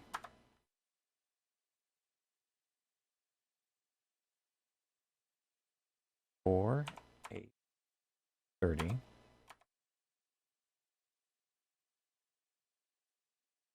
4.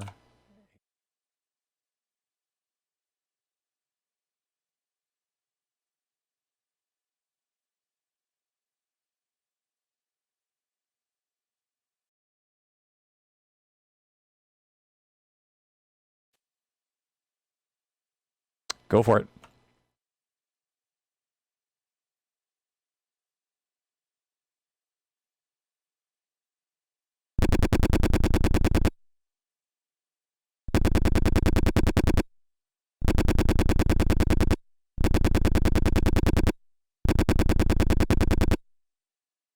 Wow, good job. Yeah. Yep. I think I'm getting a little bit better feel for what we do with the Luftwaffe.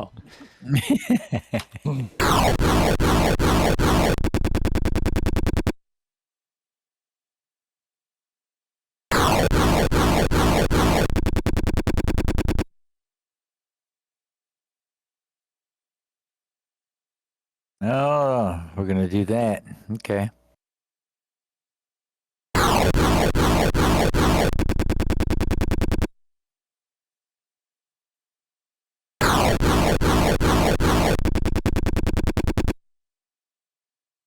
Huh.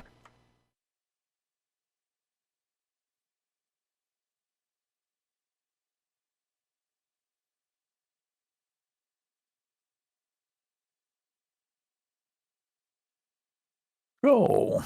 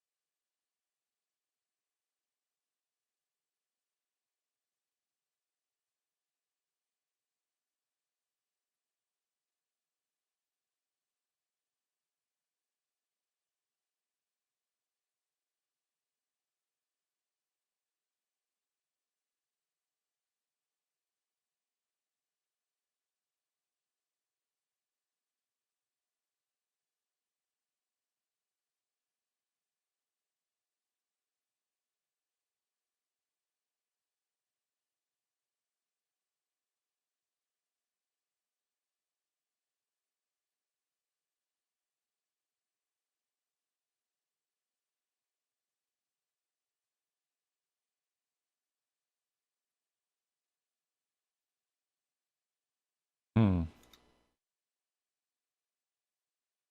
Cat, I swear to God.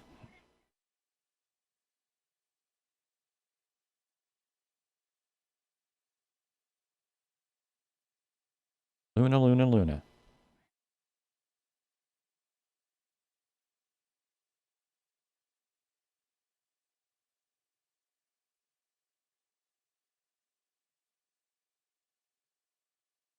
Luna. Oh, jeez. Oh, Luna. Somebody's a pissy kitty. Come here. Want a treat? Yeah, yeah, you come running back for that.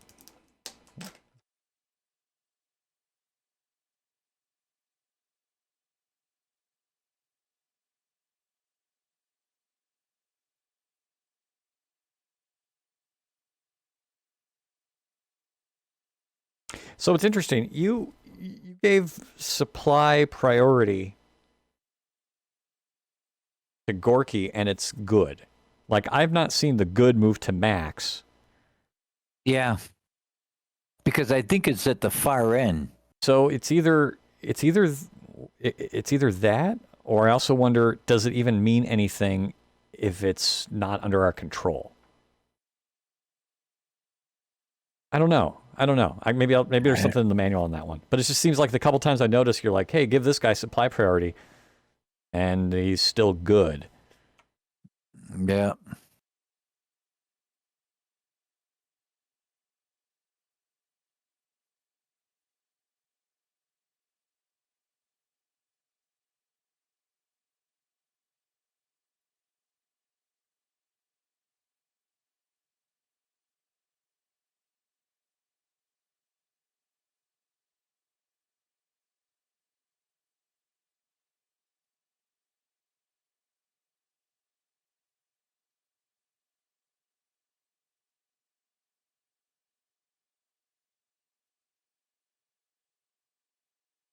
Okay. All right.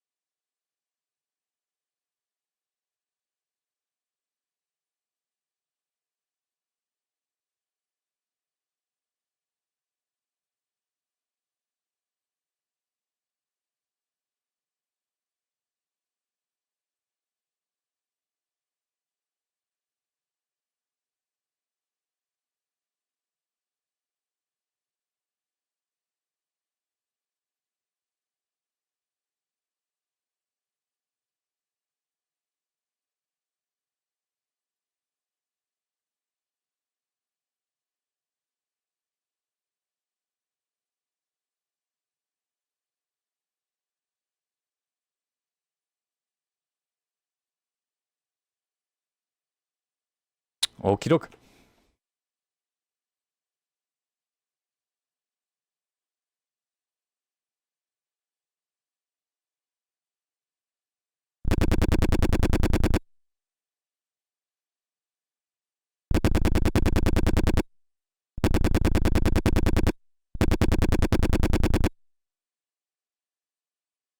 Okay. Good.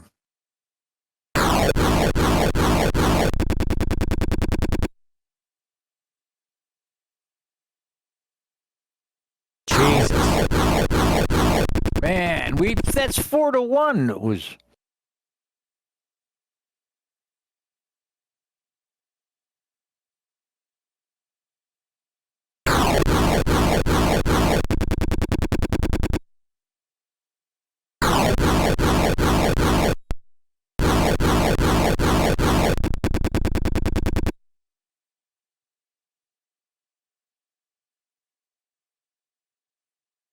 Not in our lifetime.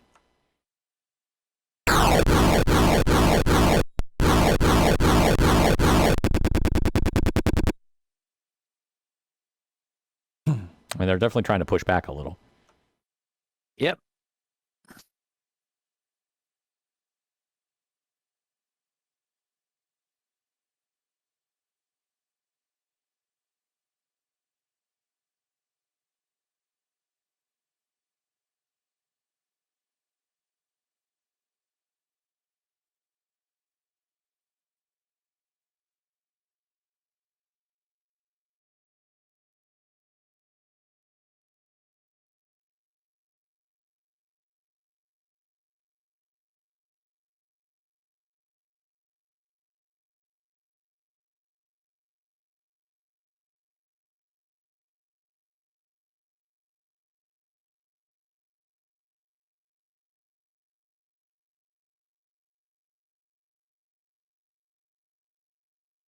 What are you thinking? Time to move some of those guys up?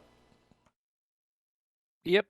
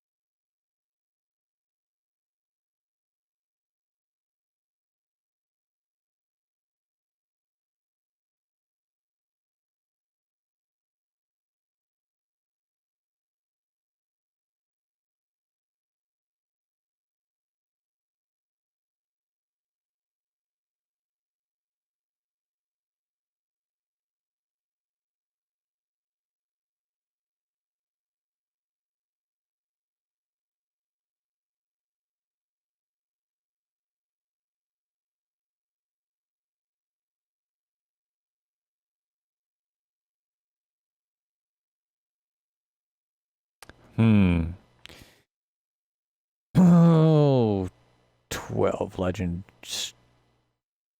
Star, blah, blah, blah, blah, blah. No. Boom.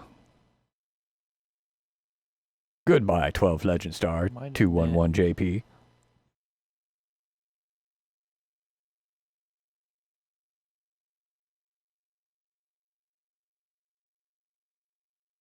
Hang on. I thought I had Warsaw moved to add Prussia, Novograd, Minsk, Gorky. Is that you talking, Pop? I can't hear you. Yeah, I'm just talking to myself, okay, buddy. okay.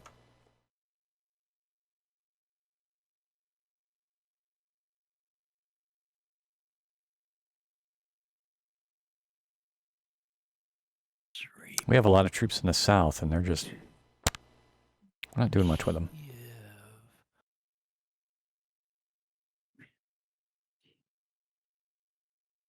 So, for those watching at home, we're playing Panzers East, a 1984 game by the Avalon Hill Game Company. They made a lot of board games, and they made a few computer games. This is the campaign of the Axis powers to eventually take Moscow. Of course, in reality, they were stopped cold and dead right due to the harsh British winter and supply issues. So this is a reenactment of those battles, trying to take, based on how you select what your objectives are in the very, very beginning of the game, there are key places to capture. So we've got our list of, we did 1, 1, 1, 1, 1, 1, which basically means nothing's important. And so it chose important areas for us.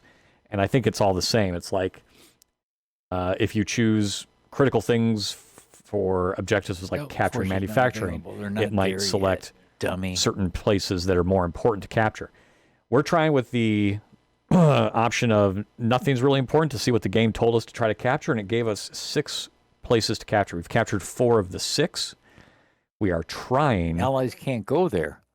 Okay, so does that mean it didn't work? Did you try to move allies? Yeah. I'm guessing allies can't maybe cross the border from. Okay. I'm guessing maybe that's why. I don't know. So we're trying to capture the other 2, and we might make it. We are currently 2 away. So on this map here, you see LE in the center top and ST on the lower right. That's Leningrad and Stalingrad. That's where we're trying to go. But we've got to go through Novgorod and Gorky first. And that's our current struggle. We're just trying to see if we can make it through. Now, obviously not a graphically amazing game, but my dad bought this at an auction, at like some game auction or something. I think it might have been for like $10 or something like that. Picked it up. It's like the one tabletop-ish strategy game we had on the 64. And we played a lot of it together. He handled the ground troops, and I generally handled the Luftwaffe, and well, that's kind of how we're splitting it up again. It just helps for 2 people to play a single-player game. To say, okay, well, we'll split responsibilities. And so we're trying to see if we can go through some of these different scenarios, these different difficulties, and I don't know, maybe get a total German victory.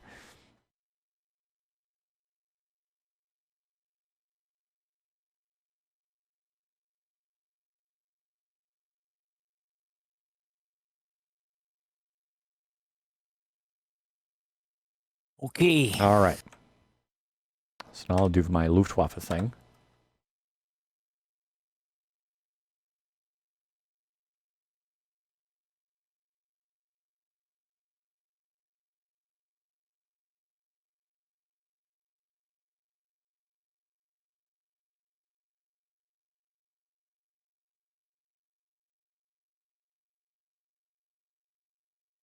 We're in Novgorod and Gorky right now. So Novgorod is 21, Gorky's 13. Maybe we'll focus a little more on Novgorod.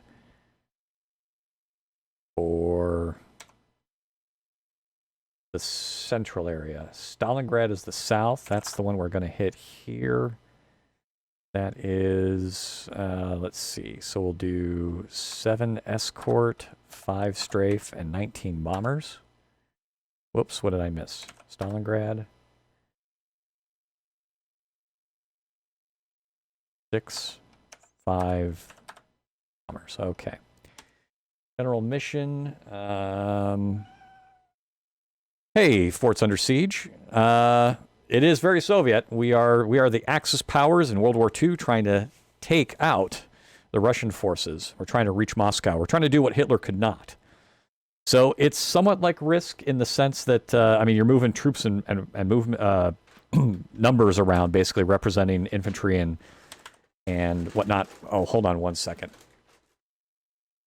My cat is getting in a paper bag. Very good. All right.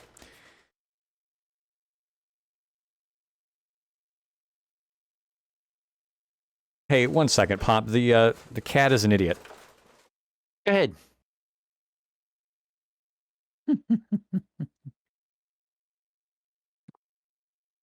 What's up, Scoot?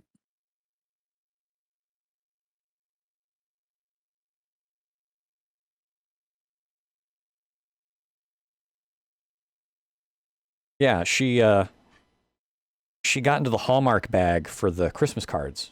She decided to crawl into it, and then she tried to back out, and she stood up, and it just went right down on top of her. So she was almost all the way into the bag. Ain't that the truth, Forts? Ain't that the truth? So, like I said, this is an old game that we played when I was like 10 years old. So we're doing this remotely. I'm connected to this machine. He's connected at his house, and we're just seeing if we can remotely play a Commodore 64 game together, both controlling the keyboard and all that stuff. And it works. It's working out so far pretty well. All right, so we're gonna do. Let's see.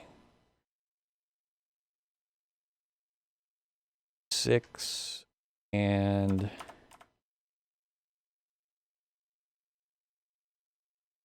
let's see. Novgorod was 21. All right, so if anything, we'll inch out more on Novgorod. So Gorky, so he's handled the ground troops. I'm handling the Luftwaffe.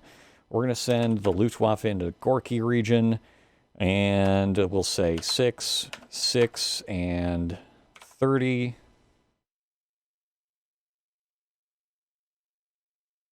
In Novgorod, we'll do 7, 7, 30. And the other spot we've got to get, Leningrad, we will do 6, 6, 26. Oh, damn cat. If I had my cameras on you, that would have been great to see. I didn't have any cameras on that spot. Okay, so now we'll see. This is the main view. The A's are the territories we own. The U's are, of course, all the USSR. And we're trying to see if we can't take... we've got Moscow. We're trying to see if we can't take NO, LE to the northwest of Moscow, and GO and ST to the southeast.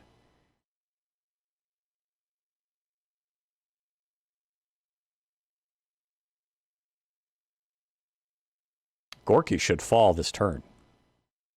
Yep. Or well, who the hell knows, but...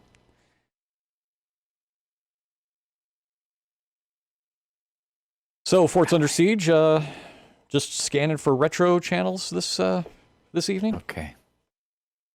Okay. We ready? Ready, Pop. Go for it.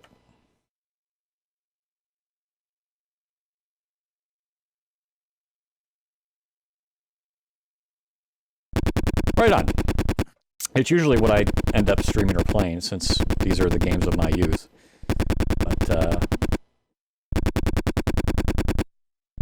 decided to kind of use this as a way for Dad and I to relive some of our games that we played many, many years ago. Okay, so we got some stuff in Novgorod. Let's see, 2 points to Soviet Luftwaffe at Minsk, so the caps definitely helped in Minsk. Yeah, that's happening. We're not even there, and shit's happening. So we're fighting an air war. Yeah, interesting. Very good. Oh, well, I don't know that I know Macaw, but, right on.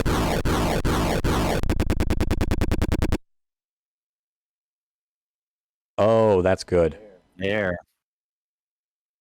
Oh, that noise is is like the one sound effect this game's got. But it very much sounds like Missile Command from the Atari a little bit. That's why we left all that shit in Prussia. Yeah. So they came into Prussia from Lithuania finally. Yep. They're building up strength in Kiev, but we got caps and garrison, so I think we're all right. Yeah, sorry if the volume is if the volume's too loud, it shouldn't be. I've got filters and everything, so the game sound shouldn't be too bad. But that's effectively what you heard. Is their noise? That's like the one sound effect of this game. So.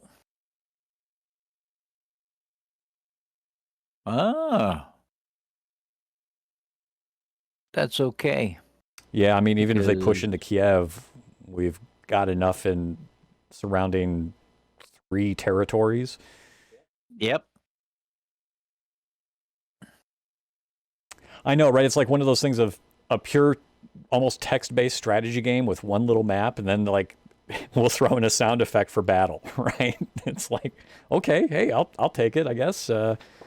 I was not expecting it when I first played it either. I'm like, oh, there's sounds to this. It's now so exciting and realistic.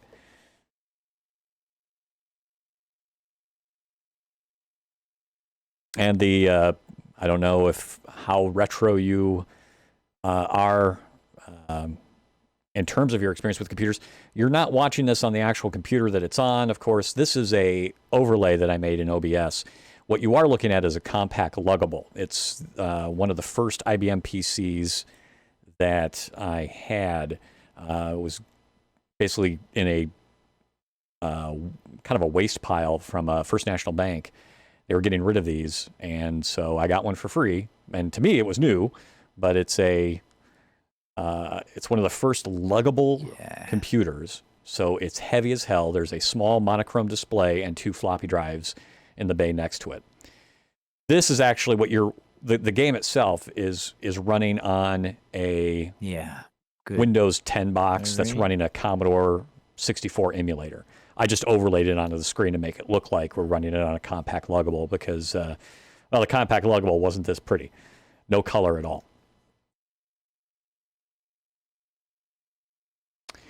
Could you? I don't know if they made. I wouldn't be surprised.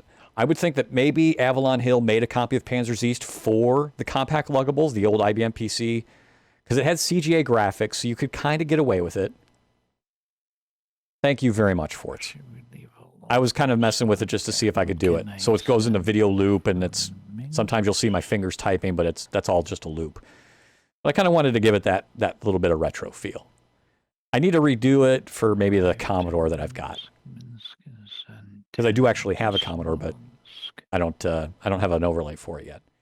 But I think if Avalon Hill, I don't know if they made IBM versions of these games. Avalon Hill did a lot of board games. They did some computer games, but this is like the only Avalon Hill one I have. But I would not be surprised, because the PC with CGA graphics could probably get the same effect. If anything, you might not have the spiffy sound effects. The sound effects probably on the Commodore, even the that you heard, probably would still only sound good on the Commodore, because that luggable had just a PC speaker. Your overlay was putting the disc into the PC and the game was starting at the same time. Yeah, I fooled one of my other viewers that comes by. He's like, wait a second, I thought this was a monochrome display. And so I make it fade into monochrome, as you can see there, every little bit, just to have some fun with it. He's like, wait a second, I thought this was a monochrome computer. I'm like, well, it's an overlay beyond the left side cartridge, Atari 2600 cartridge mock-up that I've got. Yeah. What I do. So, what about yourself? Did you have systems that you grew up with?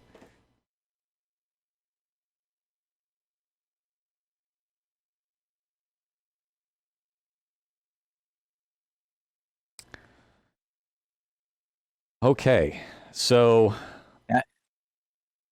I still got to battle Nova. Oh yeah. No, go ahead. I'm just thinking out loud here with the fact that we took Gorky, and so now we push into Stalingrad,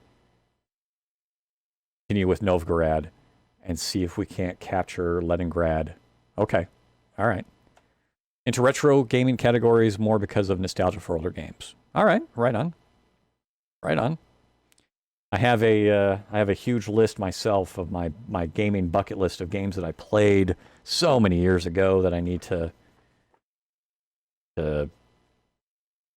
finish or attempt. Like games that I played as a kid, but I didn't know what the hell I was doing, or I didn't even have a manual that was worth a while.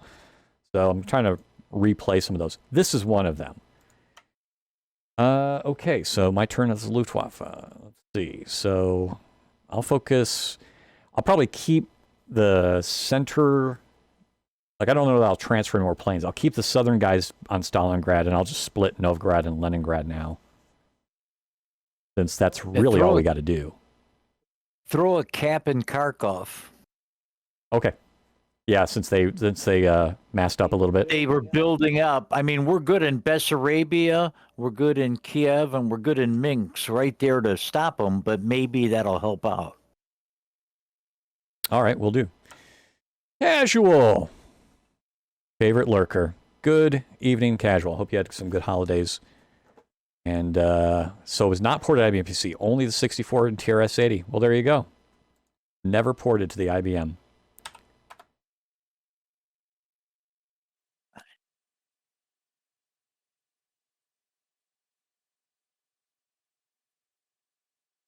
It wasn't an exciting game. This is just, it's more of a, this is nostalgia for me and my dad. We played this game together. I don't know how well we did, but it came with like an 8.5 by 11 map. And we blew that thing up at my mom's copier at work on a weekend and basically magnified that map up to the entire wall of the computer room as a kid. In fact, my Commodore 64 diorama has that map in there. I'll show that at some point. But yeah. It's good stuff. It's good stuff. So we need a cap in Kharkov. We're going to do 5 there. And we're going to do a general mission in Stalingrad. We're going to do 7 escorts and the rest bombers. General mission in Novgorod. And we're going to do, let's see, now we've got 2 territories in the center to take. And that's 18 and 18, so that'll be 9, 9, 45.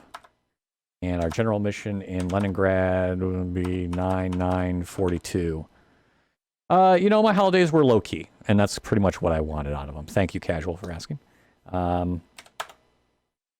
Just wanted to relax and chill, and I think I kind of did that. Okay, so let me see. Okay, good from my standpoint.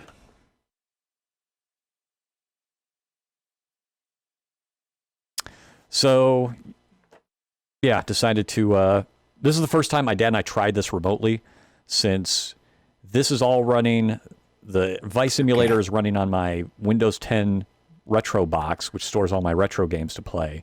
I'm connected to it as a client through Parsec. My dad is at home at his house, also with Parsec. So we're both connected remotely into a machine, and we are able to, he's able to type on the keyboard, and I type on the keyboard for my parts.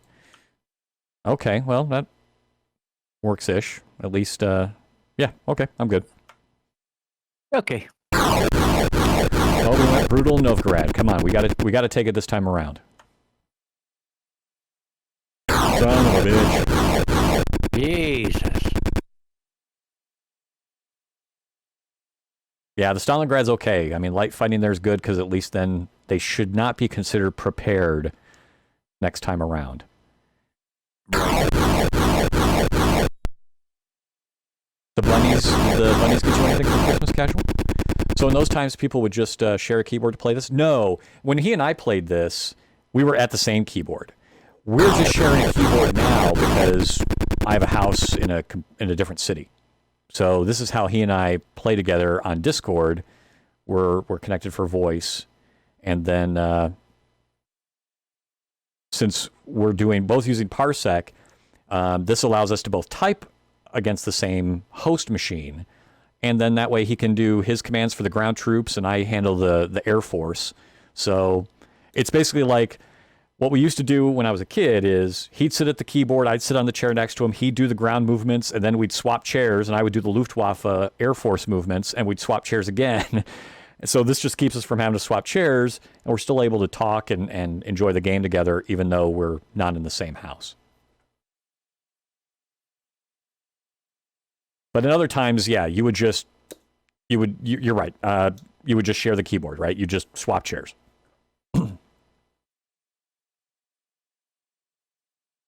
If you wanted to do it. I mean, technically, this is like a one-player game. We just split the responsibilities up so that we both could enjoy it together. And he's definitely getting the hang of it now, because it's been so many years since we played this, but now he's moving troops between all the different locations and starting to get the feel for it. Yeah, we are not versus each other. There is no, the game itself is, you are the Axis powers, you got to take out USSR. You got to take out the Russian forces. So, through invasion. Yeah, this is not a versus game. We're just splitting responsibilities up so that it was some way we could play it together.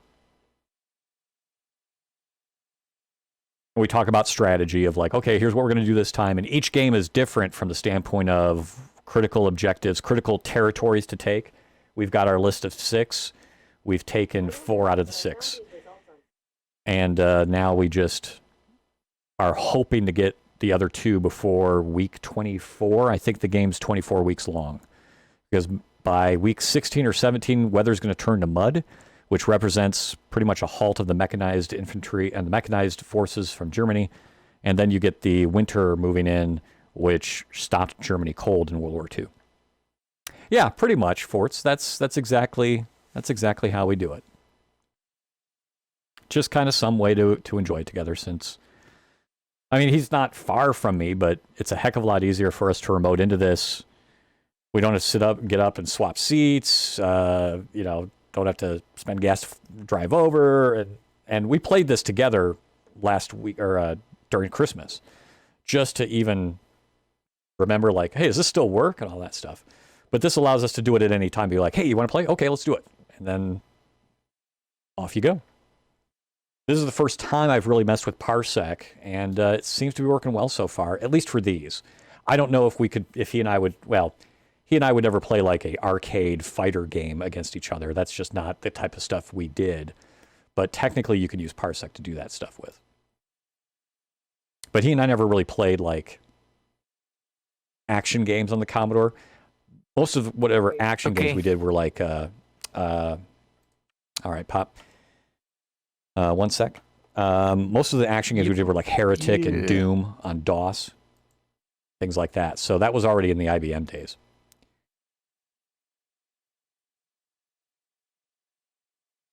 Okay, so Stalingrad, Novgorod, Leningrad still. And yeah. Okay. There's only 3 things. You got Stalingrad, Novgorod, and Leningrad. Huh? What time? All standard caps launched. It's 10 o'clock?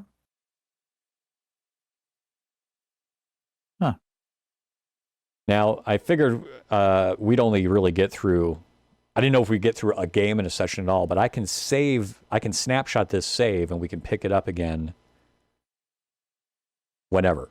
But we're going to take Novgorod, so then what we'll do is we'll just take Novgorod, attack Leningrad, and save it from there. Okay. All right, so general missions, we are going to take Stalingrad. We're going to give them some... Then we'll have them engaged in Stalingrad and Leningrad, and we can figure out how the hell we can get our other stuff to them.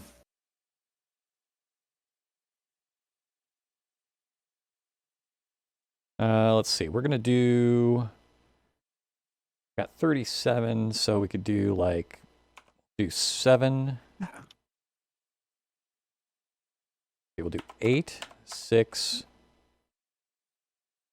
30. And then the rest we're just going to pump into Leningrad.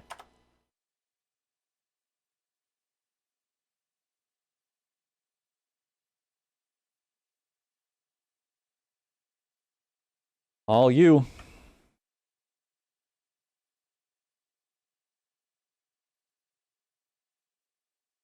All right. We're trying to figure basically out like how this game calculated a lot of its stuff, right? We're gonna kind of reverse engineer by playing the damn computer in this. Good. Yeah, I mean that's fair enough. Like the Luftwaffe in this game, the German Air Force, it definitely feels like you can't just put all your air forces against one territory and have it like blow it away. You really do have to spread it out. Oh, that was good. Yeah, all right. Yeah, I like that. So now we can do our assaults in our final 2 target territories. Yep.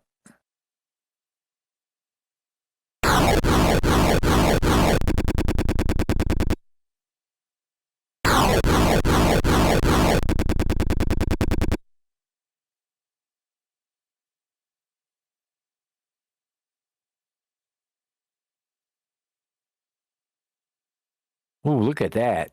The Soviets hit German infantry. Russian losses 22. Holy shit. Where was this? Stalingrad? Wow. Yes. Yeah. I wonder if that 22 is with the group that was in there, or if that came in from like Rostov. Well, they said they were counterattacking. So that should have just really, I don't know what they were the turn before, but that's good either way.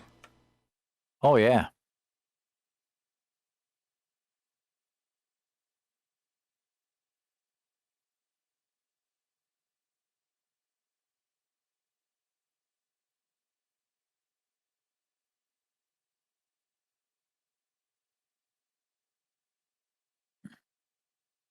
All right, now we have hit week 16, the first of the muddy weeks.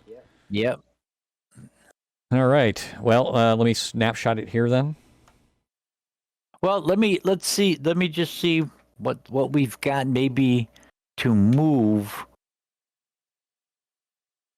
Okay. Russia, Novgorod 81, Minsk 25, Gorky 14, Smolensk 20, Moscow 18. So they're basically just garrisoned.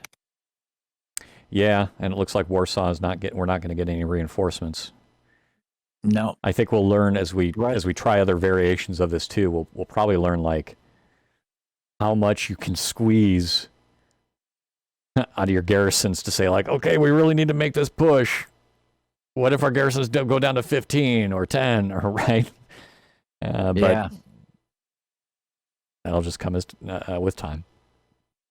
So it's now Stalingrad. 29, that's not bad. No. 29 USSR powers, we should be able to take that before the game ends. Should. Okay, yeah, why don't we save it? All right, I'm going to do two saves here real quick. I'm going to save a snapshot of the emulator, but I'll also save the game as what the game thinks on the disk image. So give me 1 second here. Sure.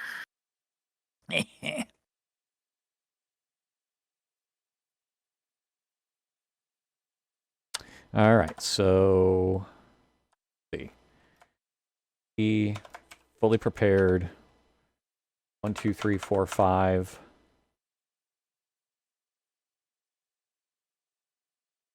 Yeah, was that it? 5. I think it was 5 ones. All right.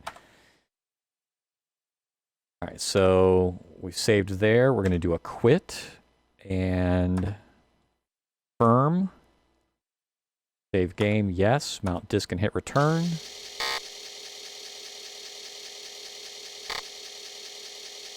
Game is saving.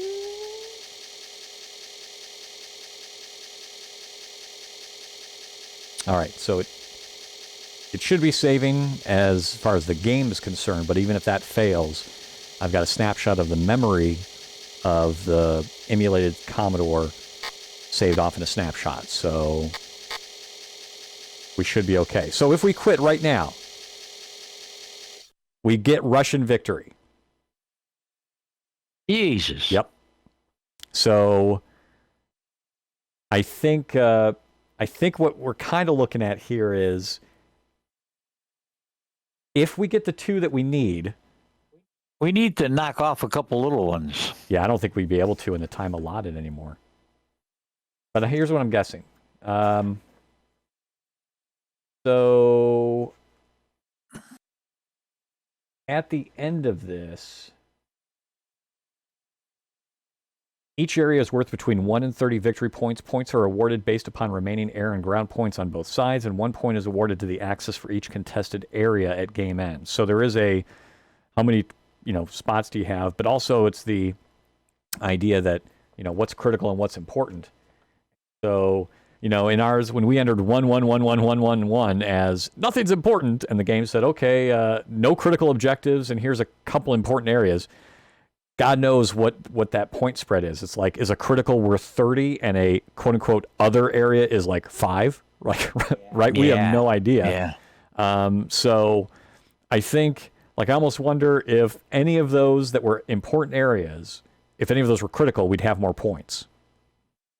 Right? True. I'm guessing. But we'll just try that with different settings. Okay. We do that with different settings, and we'll eventually get like critical objectives, as opposed to the 1-1-1-1-1 we did. Right. Here's the other thing. If we can take a look at, if we take Leningrad and Stalingrad, we can also take a look then, if we needed to pick up something, of having Prussia and Brest-Litovsk take on Lithuania, which is small. And between those two, that's a considerable. I think we could take Lithuania. You know what I'm saying? That's true. And then you could take a look at. We could go Moscow, Smolensk, Gorky, and Minsk attack Oral. Yeah, we probably could pick up. We could pick up a couple small areas based on the fact that we've got a goodly amount right around Oral. I mean, we're going to be attacking from 4 fronts. Yeah. Like I don't know if we'll get German victory, but at least like a draw out of this instead of Russian victory. Yeah. True. Huh. Cool. All right, kid. Well, good. This works excellent. This is excellent. Yeah. I mean, so you're able to be on Discord. We can hear each other. You're able to see the remote box and type, and I'm typing on the same thing. So I think, honestly, that worked out really well from just can we even remote and do one of these? Oh, yeah. That was excellent. Yeah. Yep. Very good. So good job. Thank you very much. Oh, no. Thank you. And there's 41 in Lithuania. So if we moved everybody from Prussia and Brest-Litovsk, but we also have, that's gonna make us have to battle Brest-Litovsk again, because we're gonna be so undermanned. Yeah, there might not be much of a garrison there. It's a risk, regardless. No, let's not do it yet. Let's see what happens in Stalingrad first. Okay. So we just battle, right, for Stalingrad? Yeah, I think Stalingrad's just battle right now.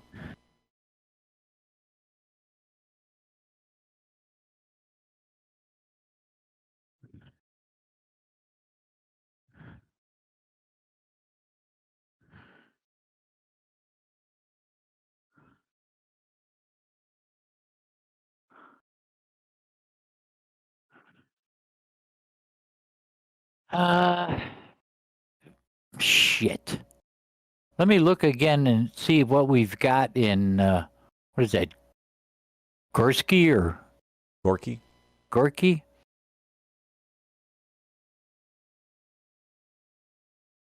(14-2). Now they got 4. Nah, it wouldn't be enough to help anyway. Okay. Now let's take, Leningrad had what, 41, right? Yeah. That was Lithuania. Did you look at Leningrad Oh, yet? wait. No, not yet. Let's look.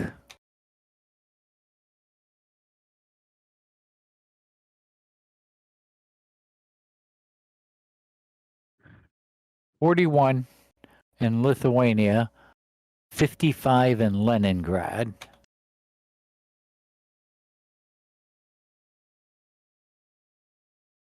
(55). Oh yeah, we can do that.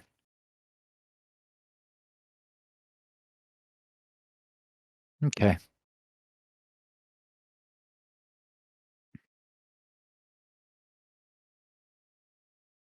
Shit, I forgot where we were.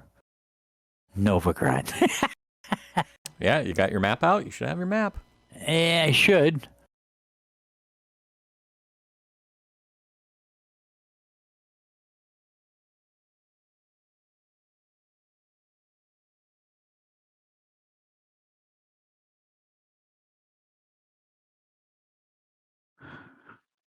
Okay. All right, so I'll see what we got for the Luftwaffe here.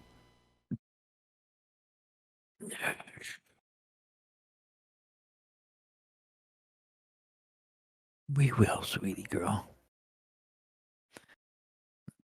Did she come here? What's my girly girl? That's my Sadie girl. There she is. There's my sweet buddy. Yeah. Yes, my girl.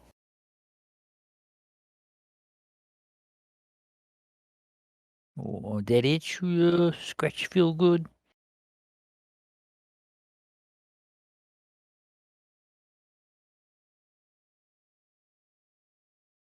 All right, buddy.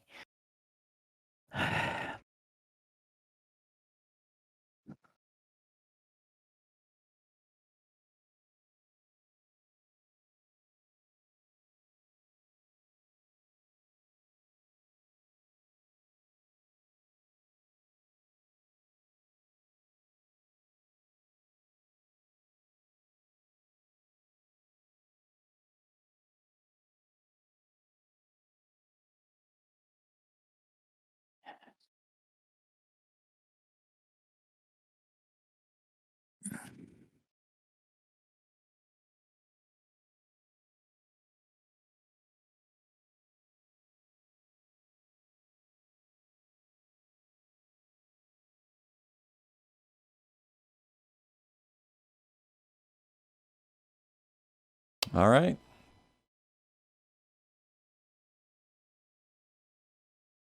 All done? I'm done. All right.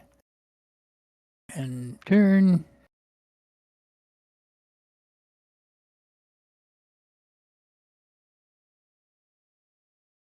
Definitely not high on Leningrad, I would think, because, yeah. I got it.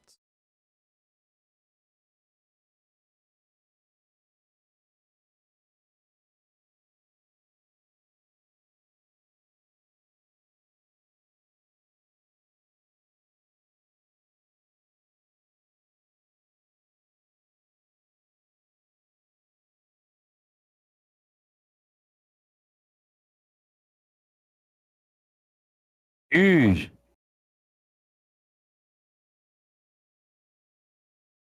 Yeah. Hmm.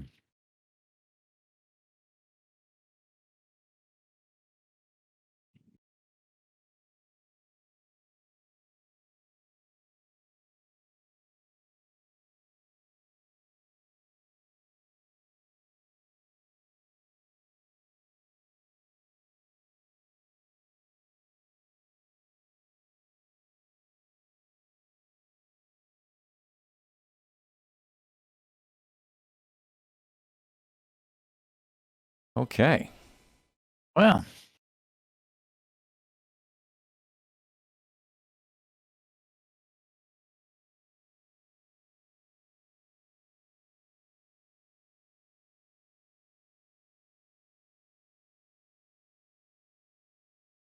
Hmm.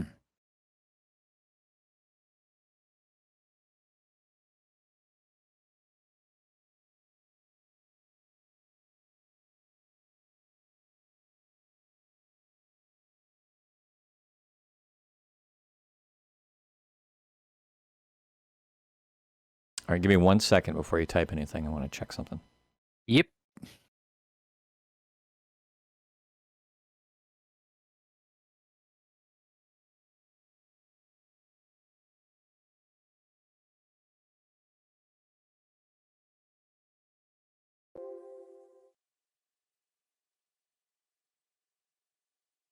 All right, you're good.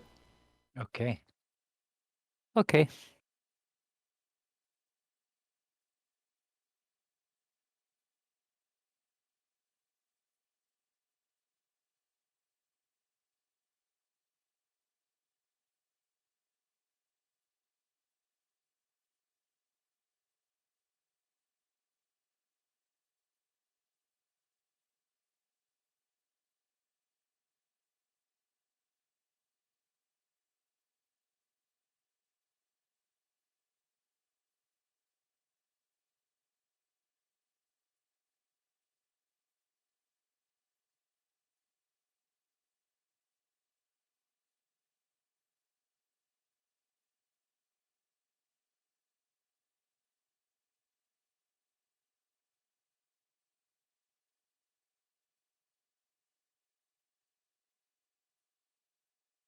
Oh wait, that's a. It can move into Prussia. Ah, shit. Yeah. Can't remember what that message was. It says 2 in Prussia can move again. I'm not sure if that's like some of the Yeah. mechanized. Yes. We have good weather this week, so Okay. So. maybe that just means 2 are in Prussia now that weren't available before.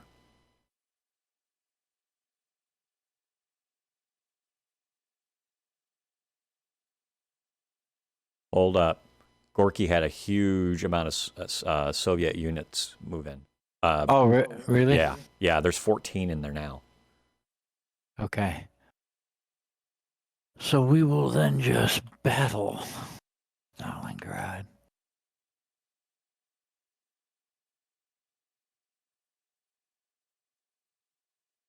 And we will.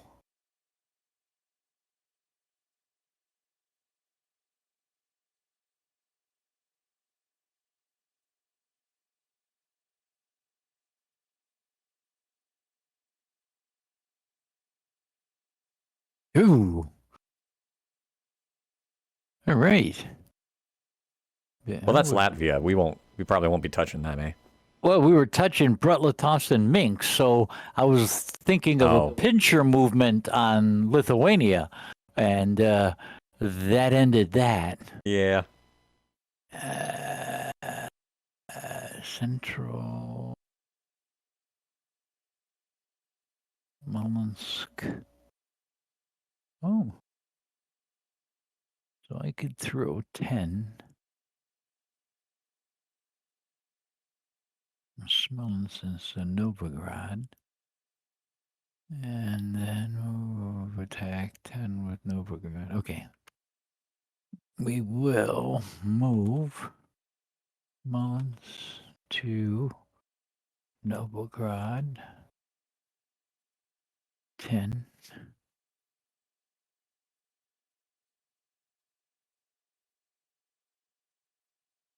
Attack. Assault.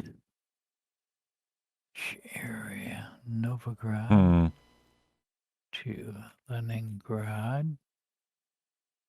10. Battle. Leningrad. All. Battle. Stalingrad. Fortune. Okay, I already did that. Check again.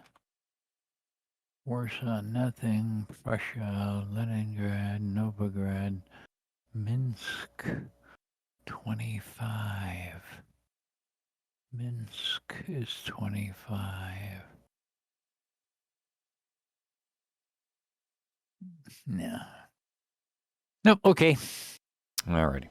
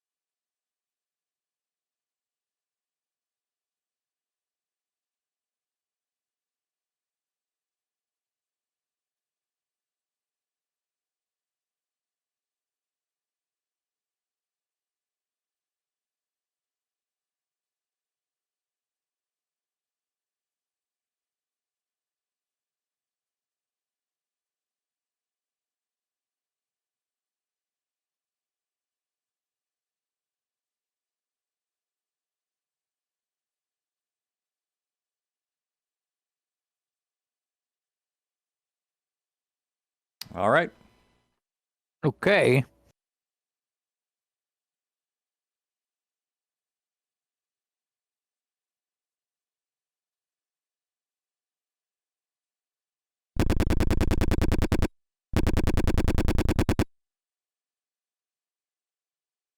Oh, 3 points.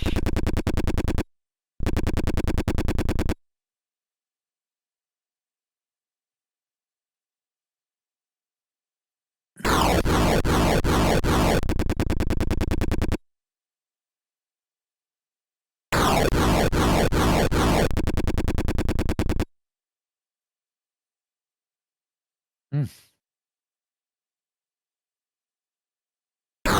we did have better weather this week. Yeah, yeah.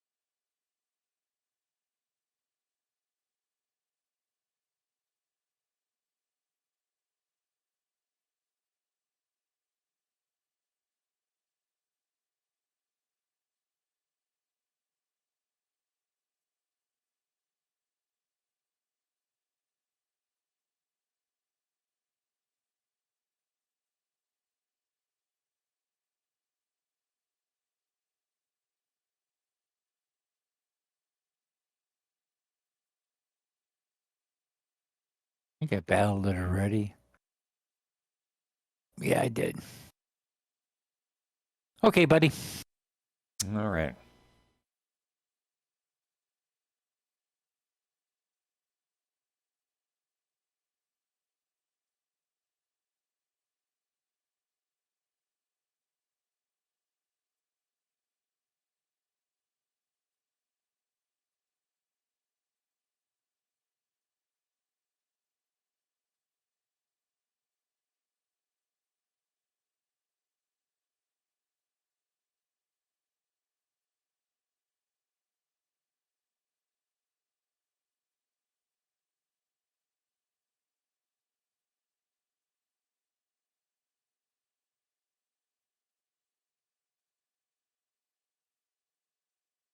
All right. And when it's muddy, the Luftwaffe is just like halved. So many planes are grounded when it's muddy.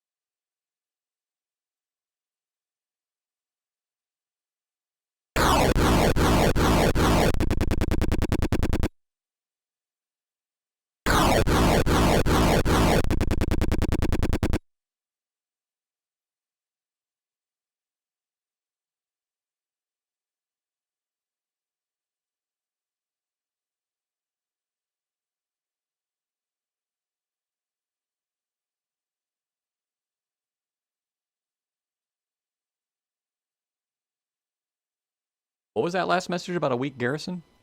Yeah, weak garrison in Moscow. Oof.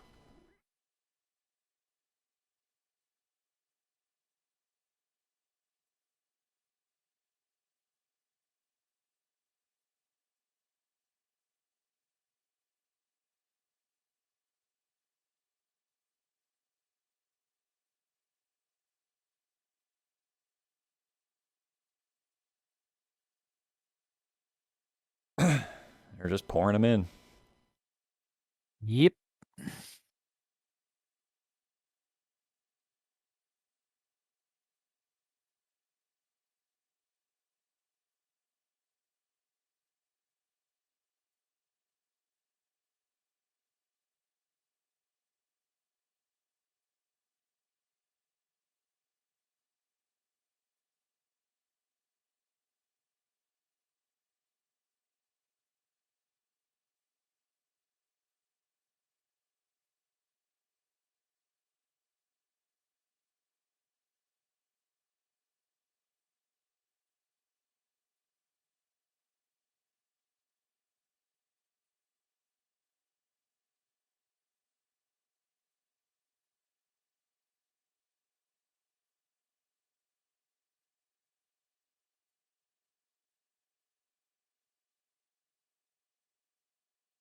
Yeah, that makes sense.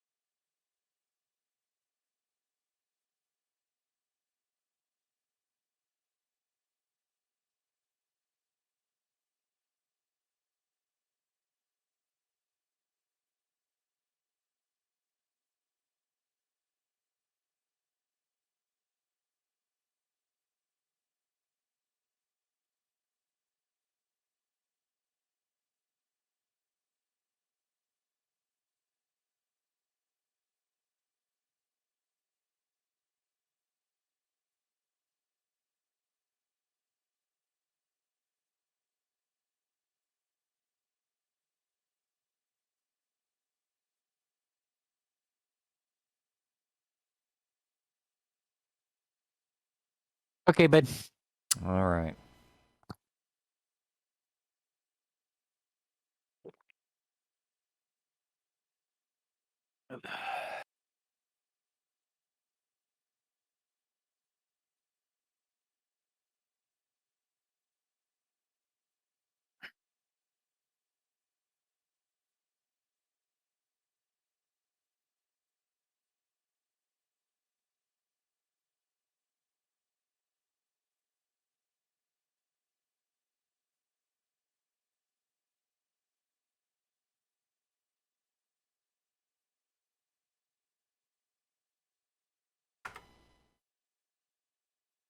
Go for it. Okay. Now, sometimes you have to realize that I think that the game is setting us up, and then it plays off of the human condition, and so therefore,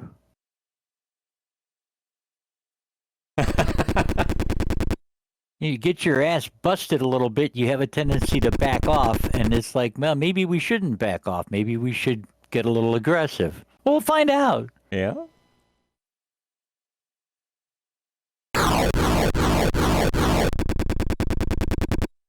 You only have a couple weeks left anyway.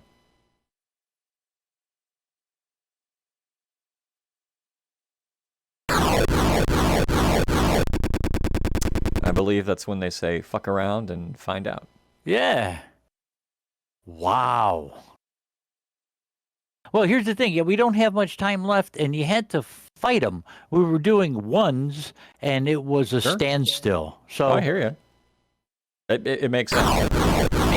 yeah, it's like, okay, we do ones and we lose, 3-2. So it's like, well, that makes you a little bit hesitant to do anything. So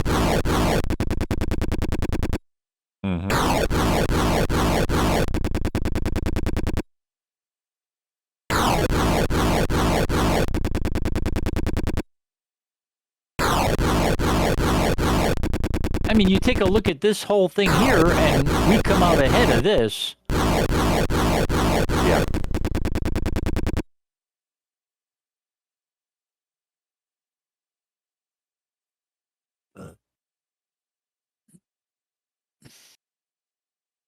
God damn it. Mm-hmm. I thought if I threw one of each in there, it might be enough to whatever. Right, right.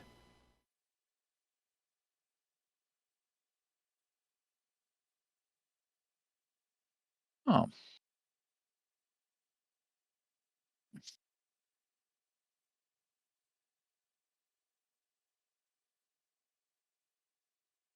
So, okay, look at that. I remember last time we talked about like sending supplies. Yep. And whether or not if you controlled area, if the supplies actually did anything. You did Gorky, which we did already have, and it went from good to max. Yep. But I don't know that, like, if you did that with Leningrad, if it would go from good to max. I don't know. It just feels like... I think we just got to keep track of, like, when it actually goes up. Get a feel for it. Okay. Let me think. Let me think.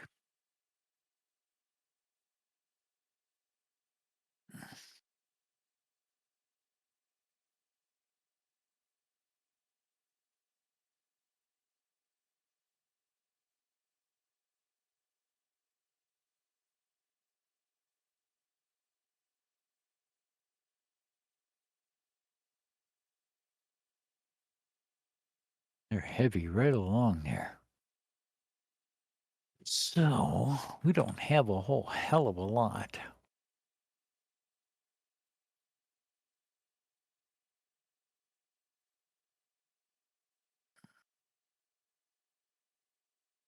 I have 37, 47, 49, 50 something. Okay.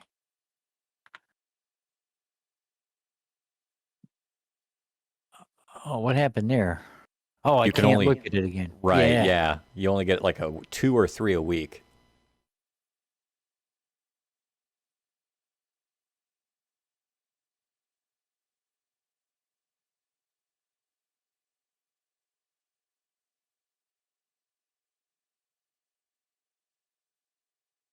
What to do, what to do.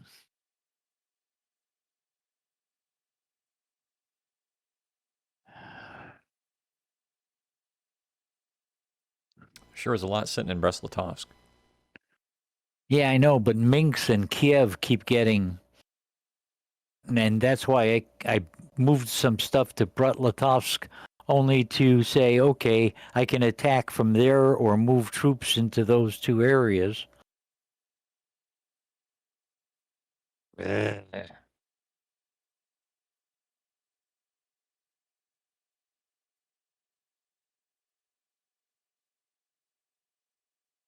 Stalingrad could fall. It could.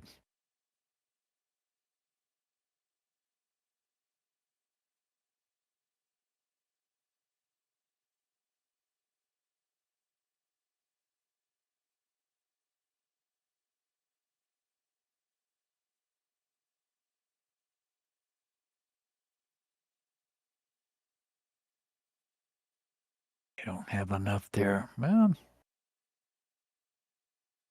I can't get. All right. Well, you got to roll them bones sometimes.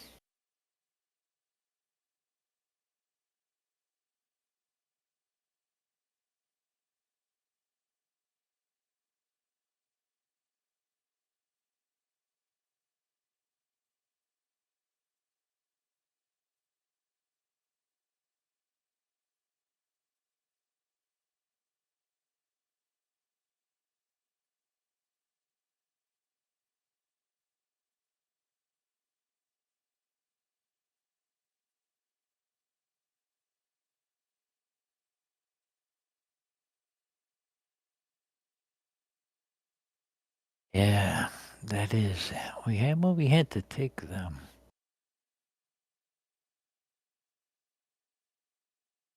All right, so I got nothing to do there. I can't get anybody else there. All right, I can't. Okay.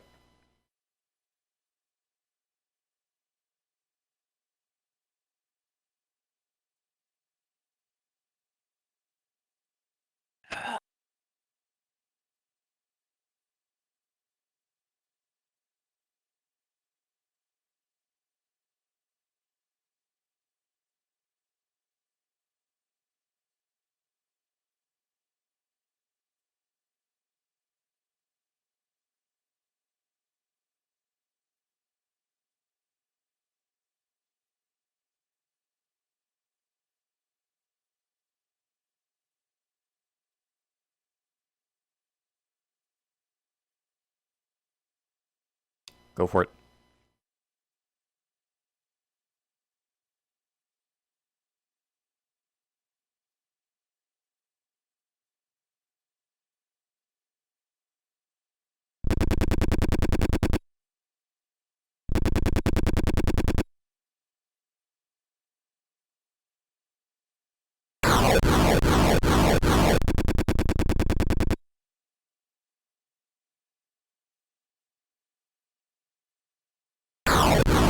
Jesus.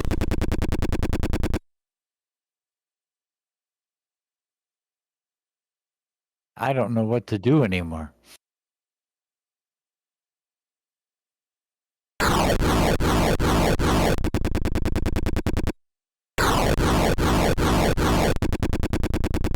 Maybe they'll suicide on a counterattack.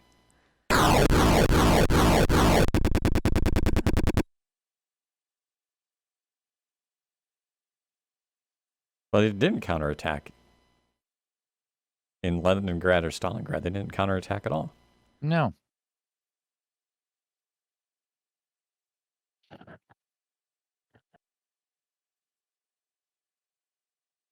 Jesus.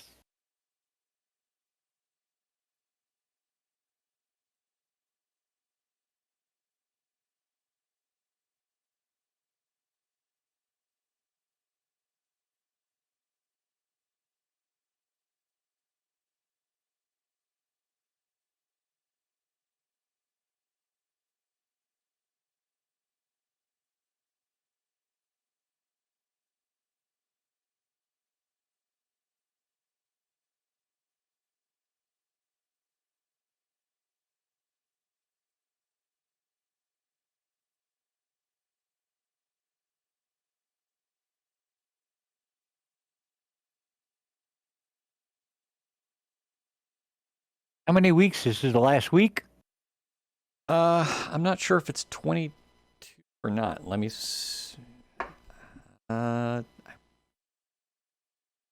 Look it up real quick. Hold on. Sure.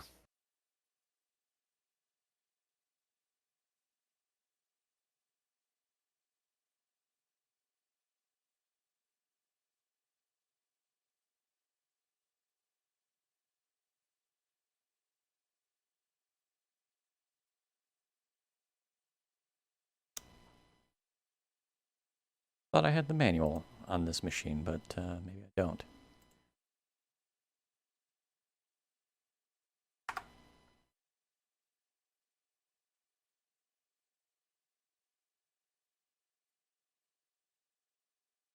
24 turns. Okay.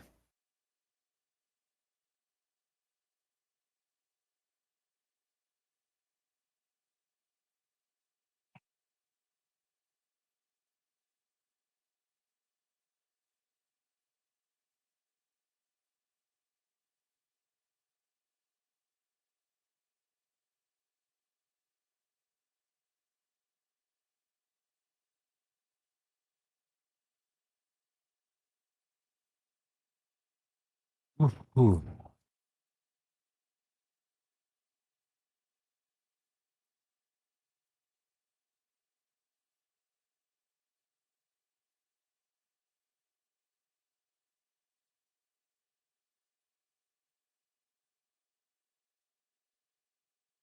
Man, I think we got to move some shit from Brest-Litovsk to Minsk to down a little bit to Moscow.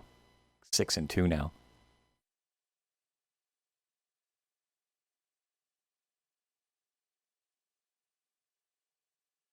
Of course, they only have one Russian guy in there now. Their strength has gone down. Yeah. But I think the garrison is still the whole partisan thing. God damn it, hold on. Luna!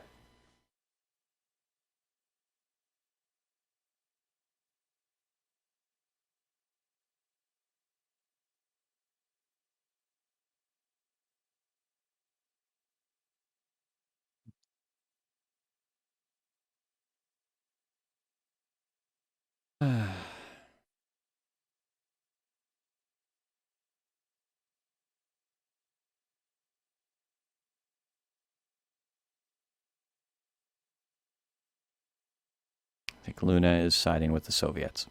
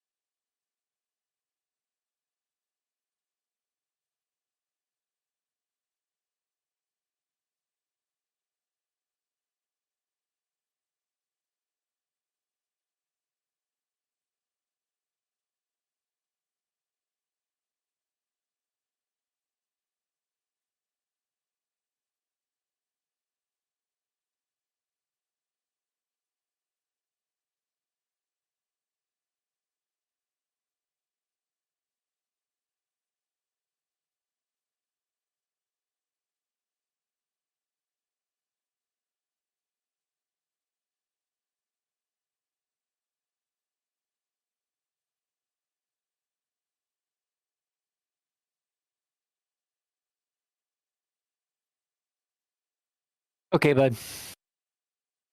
All right.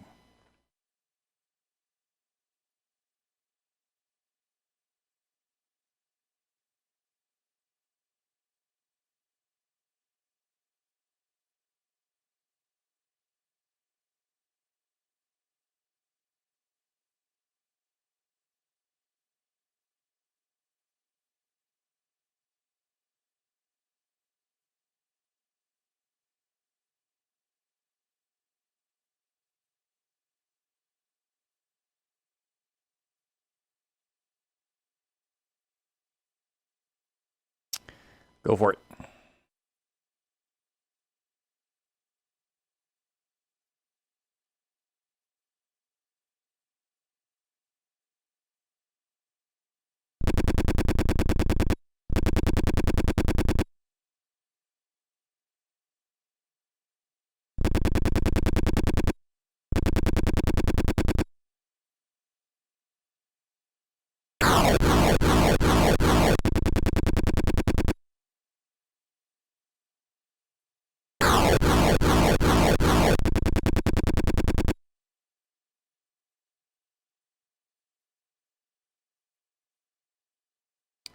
Yeah, those multipliers of intensity are pretty strange. Like I'm wondering, like probably rounding. Like if you would have done 4 in Stalingrad, we might have lost like, it could have been like Axis losses 8, Russian losses 2, right? And then, but never really know.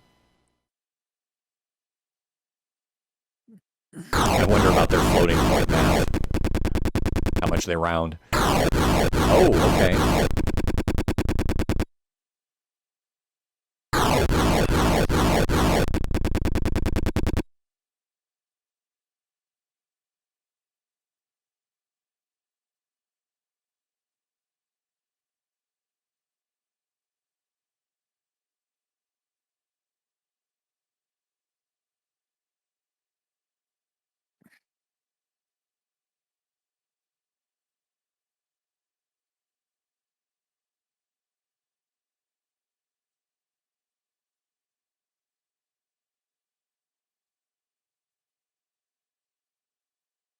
All right, so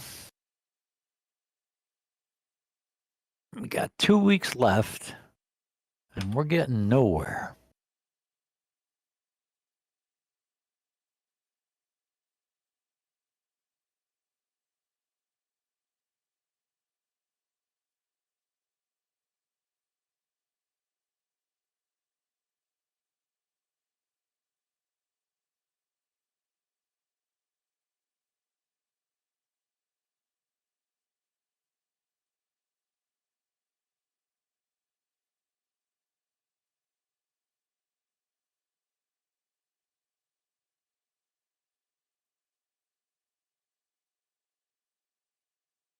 Oh, and now it's snowing.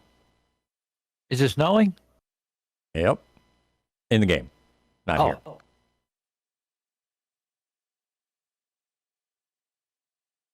Okay.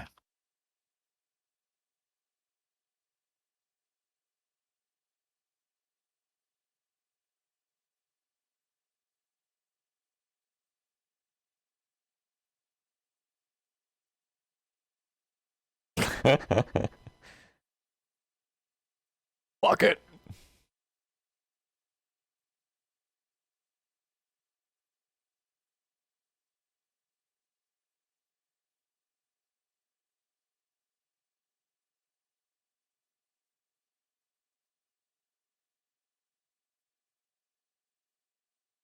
Oh, yes, it is.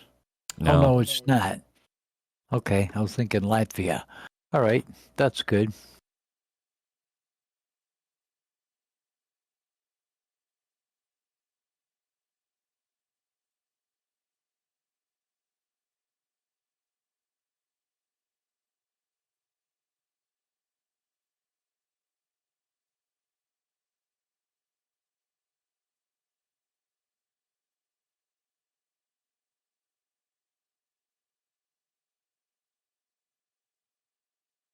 All right, kid.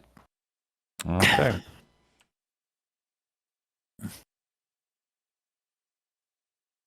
Scorched earth.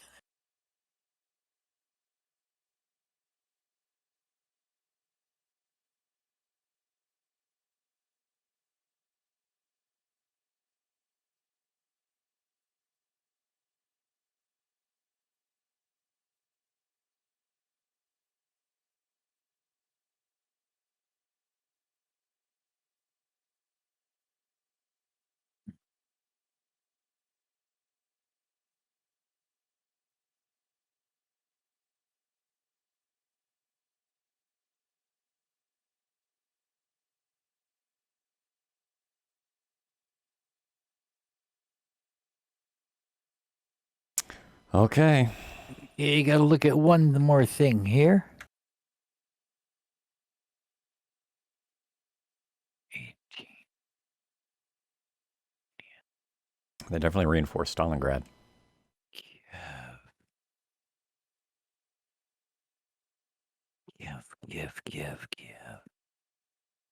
Kiev, 34, Besser, OD.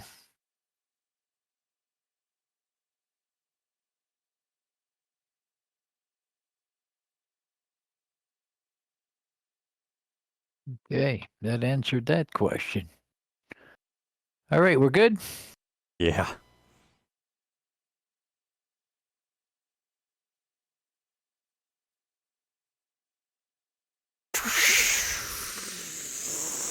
Fuck.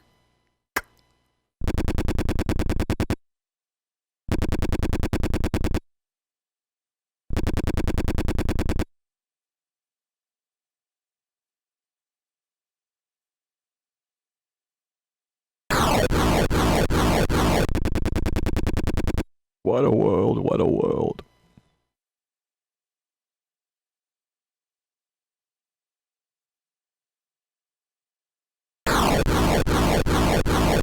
Yeah, all right. Well, yeah. They were even prepared, and so.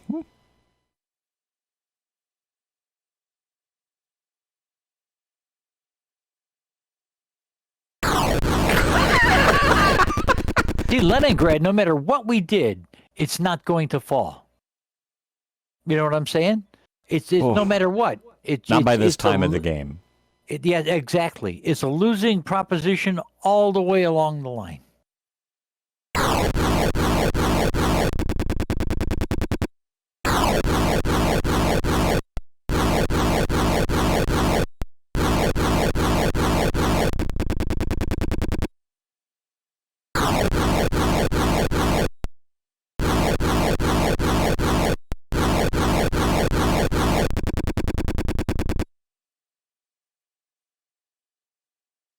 Makes you really wonder if it's ever worth continuing your turn once you hit 16. Yeah, because it all goes downhill no matter what. Oh, shit.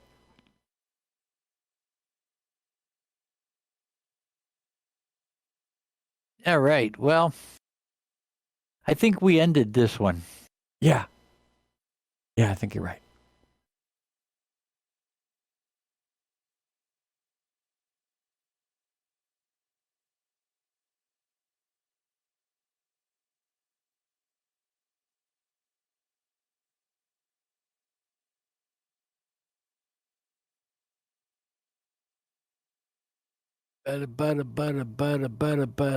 Yeah.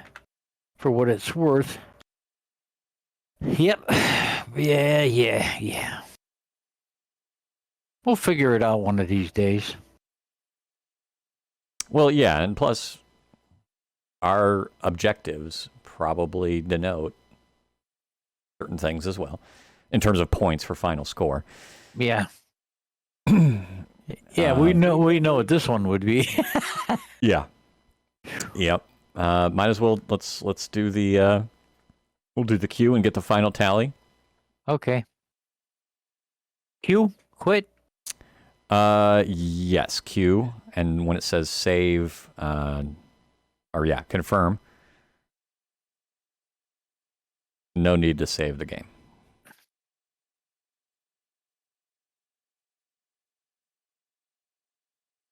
All right, 107 to 200. I'm going to take a screenshot of this. Hold on. Oh, that was because of my crazy at the end.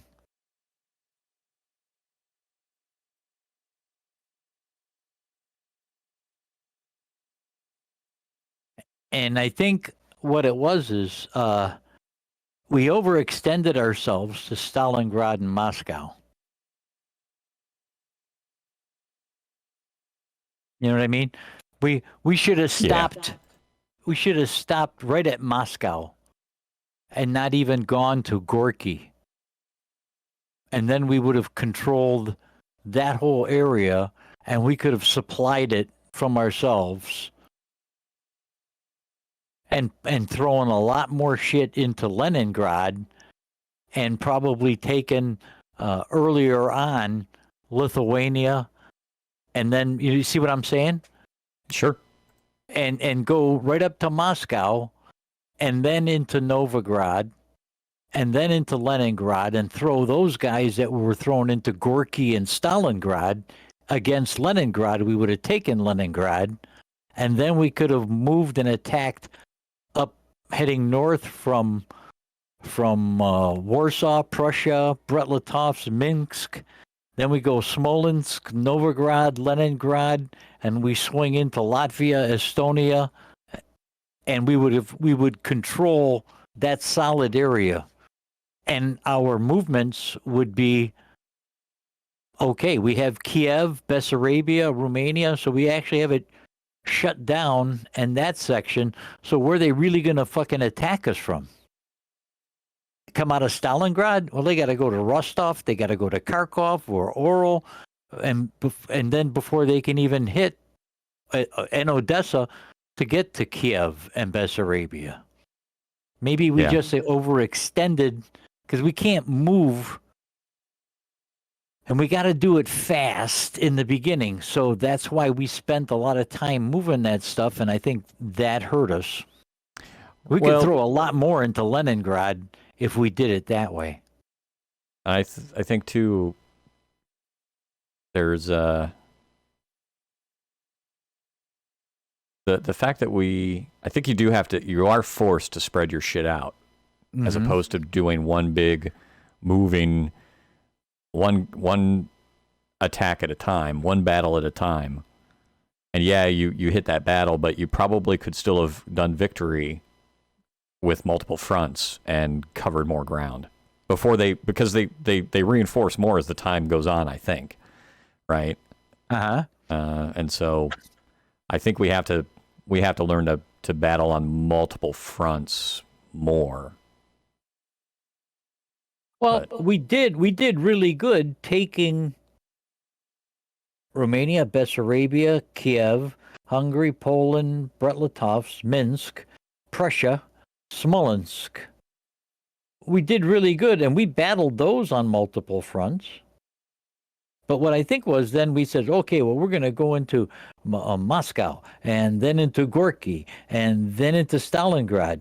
Well, if we took the men that we sent into those three areas to fight those areas and garrison them, and went from Smolensk into Novograd and then into Leningrad, you know what I mean? And then attack from Prussia and Brest-Litovsk into Lithuania early enough. You could go Minsk and Novograd into Latvia. So we would be attacking on multiple fronts. We just wouldn't have expended Moscow, Gorky, and Stalingrad.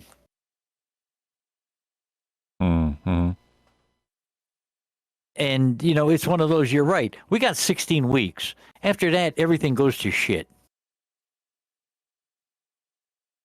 That is for sure. That is for sure. So it's like we continue on like we did in the beginning. But like I said, let's leave Moscow, Gorky, and Stalingrad and cut the country almost in half.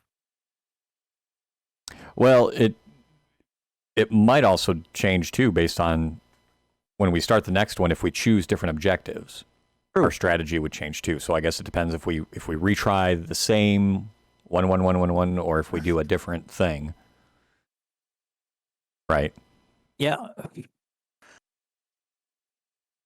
All right. Well, and it's also like we could boost from the ones, and what we could try to do is population centers rather than what are our objectives when that comes up? You can get manufacturing, right?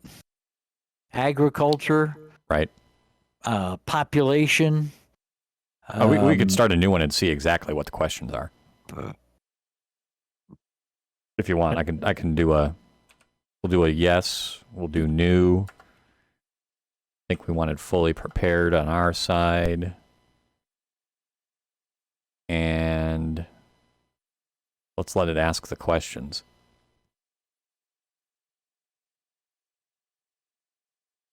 Isolate the Soviet Union? I don't think so.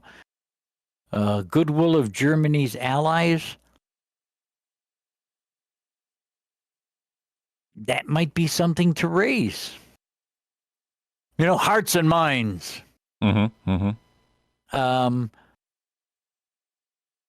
Capturing manufacturing centers? Natural resources in a war, those two things would be protected more than anything else. Stalingrad, that was a population center. They didn't give a shit about it. They let those people turn into cannibals and actually eat the dead. They didn't. That's how yummy. much this. Yeah, that's how much this. That's what really happened in Stalingrad. That was the truth. All the people that were there were trapped there. They ran out of food. They ran out of everything. People were freezing to death, and they were forced to be cannibals if they wanted to survive. So the Soviets have no. They don't give a shit about that. If we're going historical or otherwise, it looks like it's always historical because it's 16 weeks. No matter what you do, this shit happens. So I'm thinking that's definitely a constant set. I think the campaign objectives really just are more like define the critical objectives and probably give you points at the end. I'd like to see 1 1 1 1 2 2. You want to try that? All right, let's try it. Let's see what it comes up with. Yeah.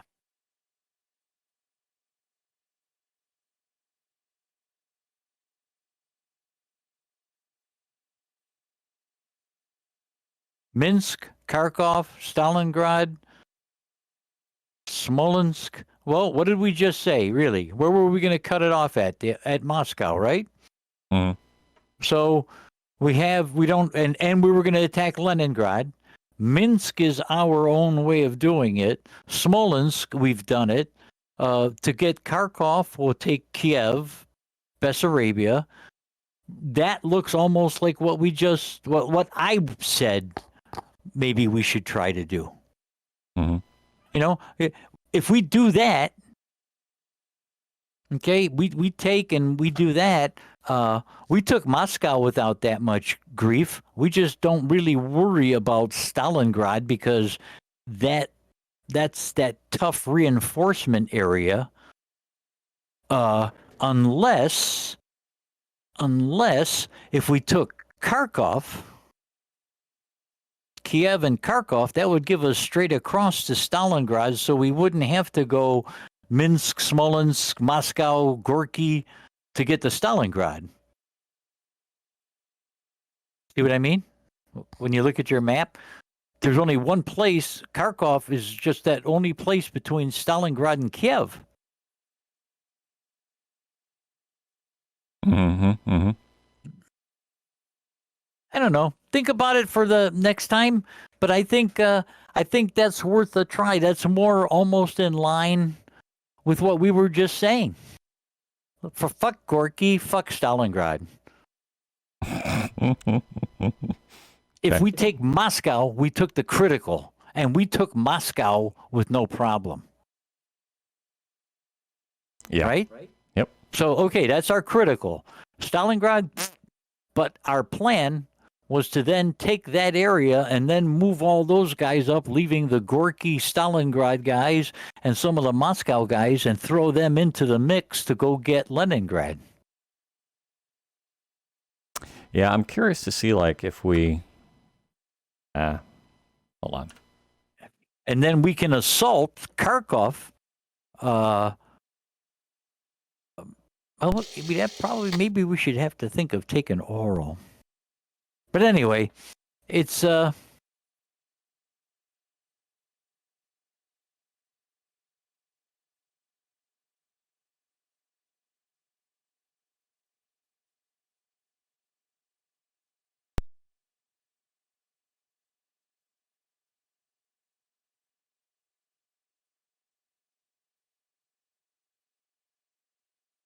just curious, like if we did where it's we did 1 1 1 1 and then 2 2. I'm just curious if you do something like raise everything by 1. I'm just curious what it tells you as the objectives are.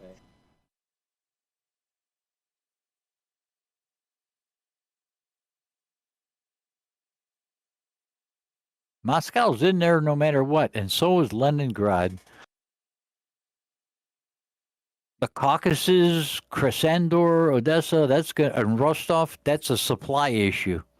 that puts us all the way east. And we have, you know what I mean? There's that troop movement again. Mm-hmm. But Moscow seems to be, the old way, the critical, Moscow. The new way, the critical, Moscow. Mm-hmm. So you raised everything. So Kharkov and Leningrad moved from other important areas to critical. See what I mean? Yeah. I think what I'm somewhat hoping here, just from an understanding point of how the game is going to score you and whatnot, like the objectives and the other important areas don't mean anything in regards to how your battles are going to go. Right? It's not like, oh, if a critical objective is Moscow, Moscow's going to be extra tough versus if it's not. Like, I don't think that has any bearing. I think it just all comes down, the critical objectives and other important areas just factor into your final score. That's my thought. I'm not saying that changes the strategy or anything. I'm just thinking, like, it makes you wonder, like, if you're going to take BR to, say you wanted to take Moscow, you're going to take BR to MI to SM to MO. It's like, do you want to have the right questions answered so that these guys are critical, BR to MI to SM to MO, to give you more points at the end? I don't know how those relate. Yeah. And I think, my other thinking was we would, if we do this and head east, north, and then west, we would capture a lot more areas. Mm-hmm. And I think when we finalize the strategy for the next round, I'm gonna plan out the Luftwaffe completely differently than this time around. I'm not gonna focus on just wherever we're attacking. Like, if we say, oh, this is gonna be our path, right? I'm gonna take everything that's in the path and bomb it from day one. So that by the time you say we wanted to take Odessa, by the time you got to Odessa, it's already had 8 rounds of bombing against it. Gotcha. Because I think the advantage, so the disadvantage of the Luftwaffe being you're not going to take over territory with Luftwaffe alone, right? You hit 2, you hit 3. Those are your points. That's it, right? But the advantage of it is I can attack anywhere, right? Where you can't attack Odessa until you take the other guys next to it. So I'm almost like, the Luftwaffe is almost like foreshadowing, right? Like, I want to know where we're going to go and be, and then attack that chain at the very start. And then as the days go on, I adjust it to cap where we've been so that we help any garrisons, right? But that's not because your caps did great this last thing. Yeah. So I think, like, next time we plan it out, we figure out kind of the order of attack or where we fork off and all that stuff. And I'll look at all the territories involved in that, and that's going to be targets for Luftwaffe attacks. And then as the weeks go on, I shift some of that to cap on where we've been. And, like, I'm not going to bomb a place we've already been. We'll just cap there, right? And then move the bombers out to other stuff. Yep. So I think that's where the Luftwaffe can actually be a little bit more useful by attacking many places all at once. Yeah. Yeah, because even if you concentrate on one specific spot, you don't get the kills you think you are. No. That's never been the case with our Luftwaffe runs. It's always been like, you killed 2, you killed 3. But you basically, the way you ran it this last time, we weren't getting any of that Soviets killed German ground troops with this and this and this. So that really held their Air Force in check. Yeah. Yep. Yeah, because I was still doing caps, but then I was targeting just where we were battling. But we were already at our last points by this time. Yeah. But I still launched the caps. I think the caps are good. You just adjust it as you move on, because you definitely don't want to, like, there's no reason to strafe or bomb in places you've already been. Maybe I don't know if the game, like, well, maybe we try it once you're late enough again, but like, say, it's week 18 and the Russians we've got BR, but maybe the Russians move in.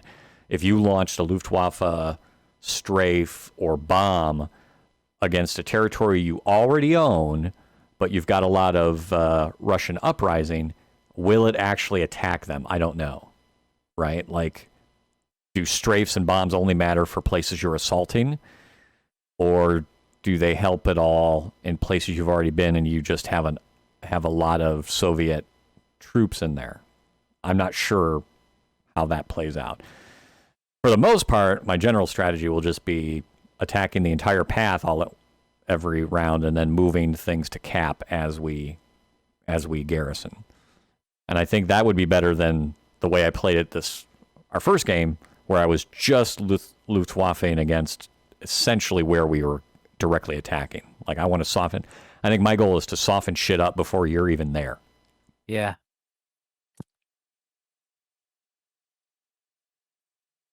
Yeah, definitely. It's not, the game does not react the way you think it's going to. Yeah. Well, even when you have superior forces. Okay? Sure. We had superior forces in Leningrad.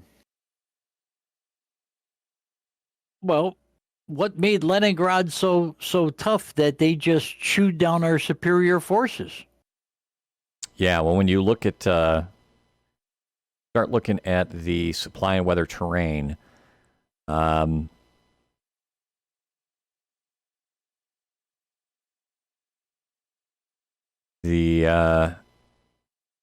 think it's at the very end.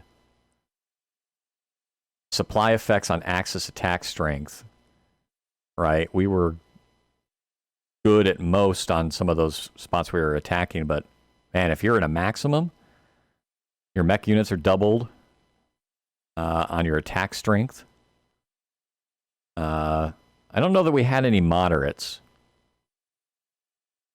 but it's interesting from that standpoint of what that means. And then the terrain, I never really looked at it, but clear forest, swamp, mountain, their general effects are increase Russian defensive strength, reduce Axis supply, reduce the effectiveness of air attacks, and increase garrison requirements. I don't really know that. Oh shit! Look at this, right? The mud and the snow. German attack strength reduced 1/3. Russian air units grounded. Supply falls 1 level in all areas. Yeesh. Yeah, we got 16 weeks. Yeah, it feels like 16, and you push it to 18 or something if you're right on the cusp of winning something, but otherwise, fuck off. Yep. Which is why probably that just answered my question, how we went from superior forces to getting our ass constantly kicked, was we were attacking in Leningrad and Stalingrad, and I'm looking at numbers going, why the fuck can't we do shit? Well, we just reduced it by thirds. So even if we were at 60 to 40, right? It becomes a 40-40 tie. We didn't have a number superiority. Yep. So got to learn to look at that too, so that I don't make the mistake of thinking, oh, this is a great time for a 4. No, it wasn't. Mm-hmm. Why wasn't it? Because I didn't even know that we had lost 1/3 of our attack force or effectiveness. So I'm like, okay, let's do this now. Let's see well, maybe if it was clear, it would have turned out differently. Yeah. Yep. So when you see mud and you want to fight, ones. Yeah, no shit. Because we had 1 week of good weather afterwards. That was all right. Yeah. But the muddy weeks definitely hurt, and I don't know. By the time you hit snow, is it really worth it? Yeah. Yeah. Because I don't know, historic. I don't understand what historical means in there. Does this mean? So let's see if we can find that on this first page here. What I'm wondering is that does it follow the weather historically? No, I think weather's the same no matter what. The fully prepared scenario. Go ahead. I'm sorry. Yeah, from that standpoint, the fully prepared assumes the Balkan campaign was shorter or involved fewer troops. It gives you one extra turn of good weather. Oh, I'm sorry. So it gave us one extra turn of good weather after that muddy week, and more of your first week reinforcements at the start of the game. So it's in our best interest to do fully prepared versus historical, because you get one good extra weather turn.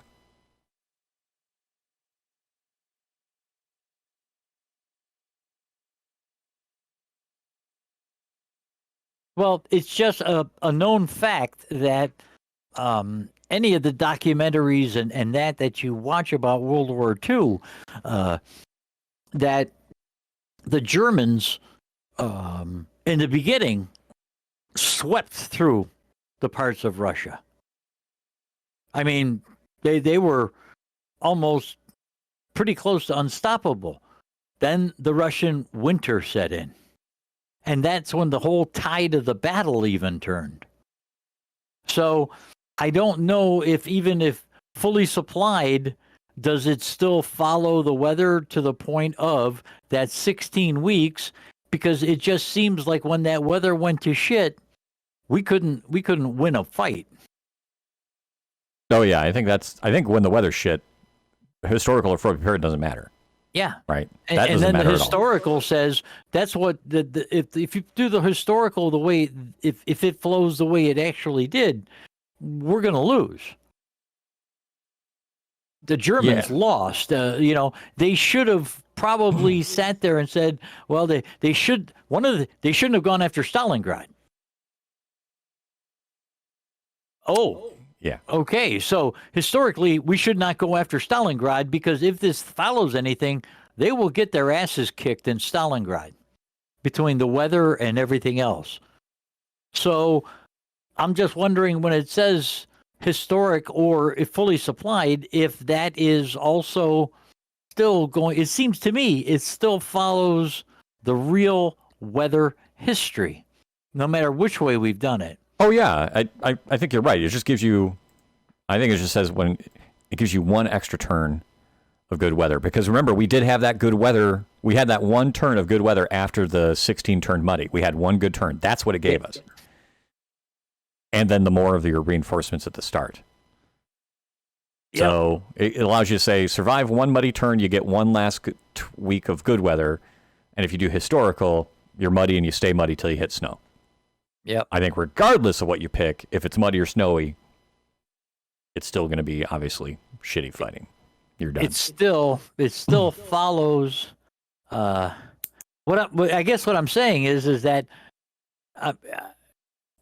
however, we're going to be lucky to find out what it is because it's not following. It doesn't react the way. Oh, okay. Even when we have superior forces and we battle. Okay, we've got 70 infantry, 30 mechanized, no allies, and we go up against 45 infantry, 12 mechanized. You don't see, well, that's almost a 2-to-1 ratio, so we should have a kill ratio of 20 to 10. It doesn't happen that way. We did not wipe out and kick ass like we did, so it's because there's definitely I'm trying to find it here. There are so when it'll list, especially on that first attack, right? That's a big deal of how much you want to gamble on that first attack, because whenever you do that first assault of your troops, and they're prepared, Soviets are dug in and have their defense strength doubled. Right? Once you're doing a battle, a B instead of an A, then they're not prepared anymore. And I think that's where you can do 3s and 4s. Russian units are never prepared if Axis troops occupy the same area, right? So that's where you that needs to be taken into account as well, it seems. Yep. Points are awarded based upon remaining air and ground points on both sides, and 1 point is awarded the Axis for each contested area at the games. And I still would love to know what the critical and important things are in terms of victory conditions, if that means anything, or if that's just more of a, hey, if you wanted to take this, here's what would be the important areas. Like, maybe that doesn't mean anything for points. I have nothing in here says that means points, at least as far as I can see. Because even in the start, when you say, hey, choose what you, where the hell is it? Nope.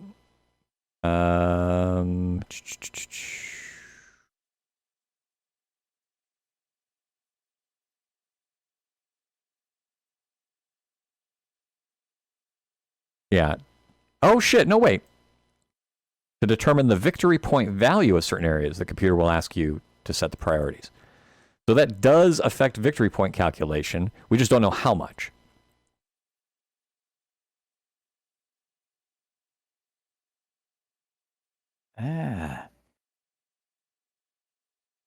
It gives you a list of areas to have a moderate to high victory point value. So that's what it is. They have a high to moderate victory point value. Yeah. So to me, that says if you look at how we did this, for shits and giggles, you could say if everything in the Axis when we started the game was critical, maybe we would have had not a Russian victory, but say it ended the same. Maybe we would have had a German victory. The victory point calculation would have been in our favor because they were critical ones. I don't know. That's my gut feel in terms of the point calculation. Other things obviously factor into it because they say, who has more armies at the end of it and yada, yada, yada. But clearly there's some weight of critical versus non-critical in terms of the point calculation. I don't think it means anything in terms of the fighting or the actual execution of your game. It's just more of, oh, you've got, Kiev was critical. Well, we'll give you 10 points for Kiev instead of 5. Right? That's my gut feel. I don't know if it's 10 versus 5, but just more. You know what I mean? You get more points, whatever that total number is. It could be 5 versus 4. Who knows? I don't have their source code to see. Like, oh, if it's critical, you get these many more points. But I don't know. We'll see. We'll try some different combinations. Yeah. Yeah, if we could, well, like I said, we'll figure it out. Sure. All right, so next time we play, we will draw on the map. We'll record our chosen options, and then we'll draw on the map the anticipated strategy, and then that'll help us remember, because it's very likely, we definitely wouldn't get a new game going at all now, but even during the first session, well, we made it to 16. There's a chance you could always make a game in one session, but it's not, I don't think it's guaranteed that we make it through every single time. So having the map and these little lines I think will help us remember, like, oh yeah, this is what the fuck we were doing. Or here was our overall strategy. So next time we get together, we'll draw it out for the next one, and then that'll at least help me understand, like, oh, okay, here's where I want to go for the Luftwaffe.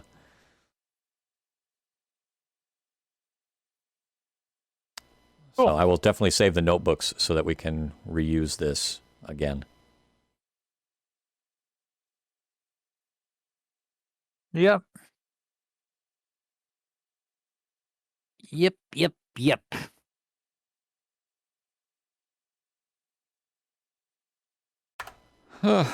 Very good. All right. Well, Yes. next time, hopefully, we'll do better. Yeah. We will. We will. You know, the more you play it, the more you start seeing things repeating to the point of like going, hey, how come this always happens? Right.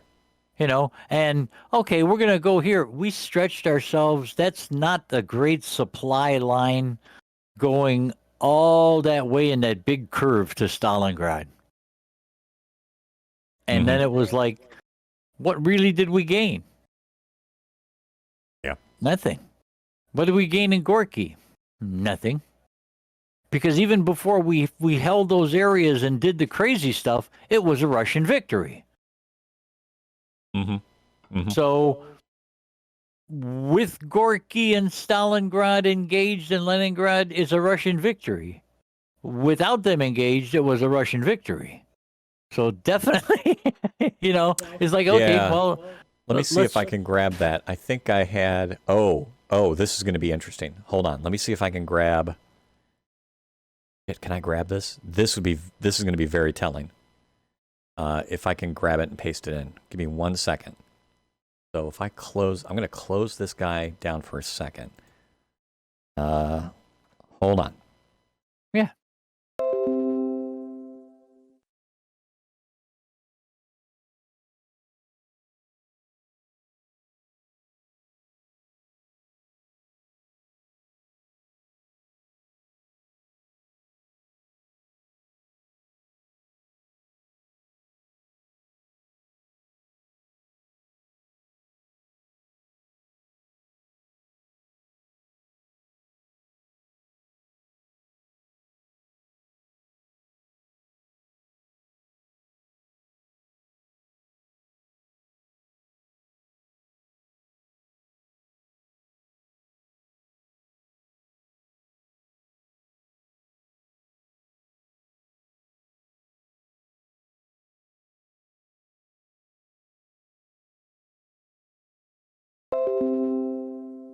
All right. I'm going to bring up OneNote again and see if I pasted. Let's see. Into taskbar. Pasted from. There we go. So there was when we quit. Hey, 151, and this time 107. yep. So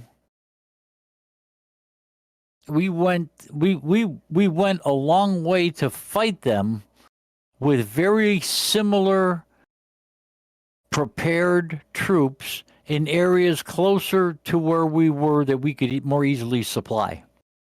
Yeah. And move troops to. It's very interesting. Lithuania, Latvia, and Estonia,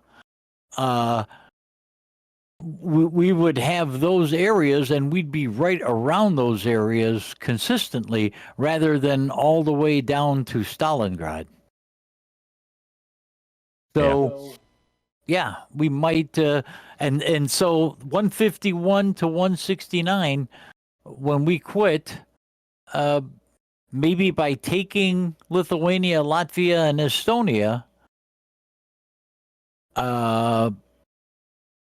maybe that would give us enough points and we would have enough stuff in reserve to maybe at least make it a tie or a victory. Yeah, and if you look at too so I think those victory points calculated not only by what are critical objectives, I think you get more points for those, but also it said troops, right? Troops remaining on the side on each side at the end also alter your victory points, because if you look at the totals are different. Yep. For 307 is your total when we ended, total points possible, right? 107 and 200. And here you've got 151 and 169.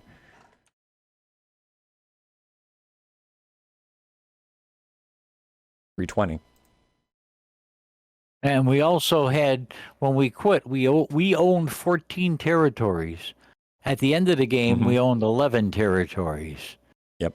So we lost points for both reasons. Troops went down. We ended with less troops as well as 2 less territories. Yep. And the territories we lost were because I did the stupid thing. Oh, well, shit, yeah. I mean, we were just Hail Marying at that point. Yeah, yeah.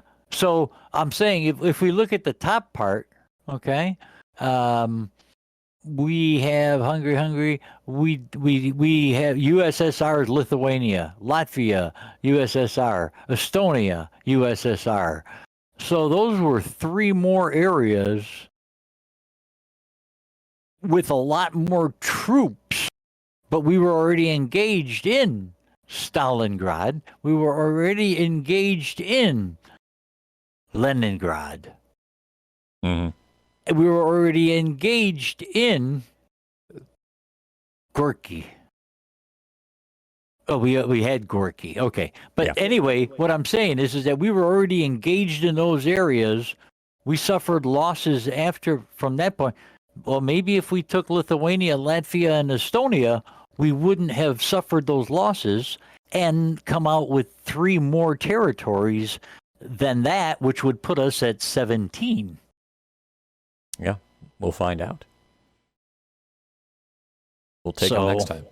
And that also hurt the Germans in the real war because their supply lines got stretched so far they couldn't supply themselves anymore. Yeah, like I would hate to play the game where the Caucasus is your critical objective. Like whatever questions you answer for that one, let's definitely never play that. Right? Like look how far you'd have to go to get to CA or even like Archangel. You still there? Yeah, I'm still here. Oh, okay. Did you not hear me? I heard look how far you have to go to get to Kiev. Oh no, Caucasus. Let's okay. Let's never play the game where it says Caucasus or Archangel. Archangel is your critical because holy shit, that game would suck. Like going all the way to AR or CA. Well, if you forego Smolensk, Moscow, Novograd, and we pour down into Kiev, Kharkov, and Rostov, the next thing is the Caucasus. I mean, it's true. You could get there. But even then, the last battles, mountains and everything, that's going to be shitty. Yeah. So it's like, I think, well, if you don't mind, we try that abbreviated eastward thrust, end off at Moscow, take it, and then concentrate on moving all our stuff, garrison, Minsk, the Kiev, Bessarabia. So that gives us our defense on the bottom line, and then we just kind of like move as we get extra guys from Prussia and Warsaw and that. We move them into Prussia and Brest-Litovsk. So then we swing into Lithuania. We come up from Moscow, we take Novograd, and then we swing over into Latvia. And if we take Lithuania, then we move those guys into Latvia, and then we can move everything else into Estonia. Mm-hmm. And we don't have to worry about the Battle of Leningrad. We don't have to worry about Stalingrad. We would have gotten our most critical thing, which was Moscow. Yep.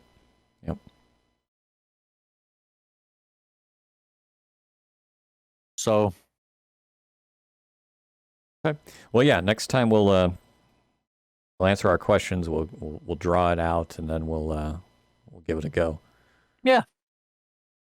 Yeah, because we've always gone across. Mm-hmm. Every time, I don't remember ever playing. I don't remember ever making Kharkov. Yeah, Kharkov we did kind of fight a bit in, but we were never really over in the Caucasus. Too much of Stalingrad and Rostov.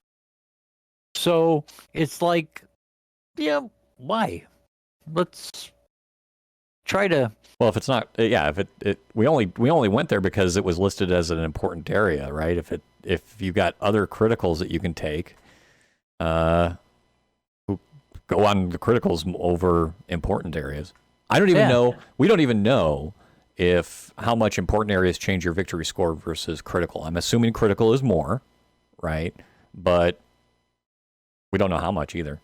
I mean, Well, obviously, exactly. critical's critical. And if critical means stretching out our supply line to the point where we take losses at it, well, maybe it's better to not go after that critical and pick up two of the little other important areas. Yeah. Sacrifice Stalingrad for Lithuania and Latvia. Yep. Yeah, it looks good to me. Yeah.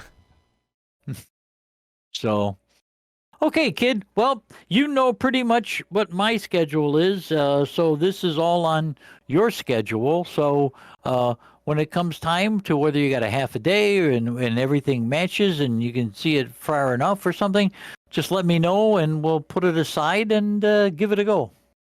Sounds good, Pop. Okay. Thank you for playing. That was fun. Yeah. Yeah. Thank you. That was fun for getting our asses kicked. Yeah. Yeah, Jesus Christ. Yep. Good times. I have to go practice my fake foreign accents. Yeah, congratulations on winning that. Thank you. It was funny. They had different questions, like who would be the person that you would think would most lick their plate clean after dinner, and like Clyde has dogs. He loves his dogs, and that. And one of the questions was who's most likely to argue with their pets. Oh yeah, him then. Yeah, and so it was funny because when they asked the one about who's most likely to talk in a foreign accent, mine was unanimous. Everybody picked. Oh, it's got to be Rick. Yeah. Yep. So it was just funny, and I'm like, yeah, that's me. No doubt about it. I do it a goodly enough amount of time, and so. But it was just, so it was just, okay, I won it, and that was true. And Clyde won most likely to argue with his pets. So. Very good. Yeah. Very good. So, okay, kiddo, watch the weather because I don't know. They're, in a winter storm watch over the next 60 hours or something, whatever. But, if it does come, it might be sleety. So if you do go out, be careful. You too. And, you just let me know when you want to give another whirl, and we'll give it a shot. Sounds good, Pop. Wait. Oh, you're not supposed to drive in bad weather because your mother fucking loves you. Yep. Well, I'll try not to. Yeah. I love her too, but I'll try not to. If you can. Yeah.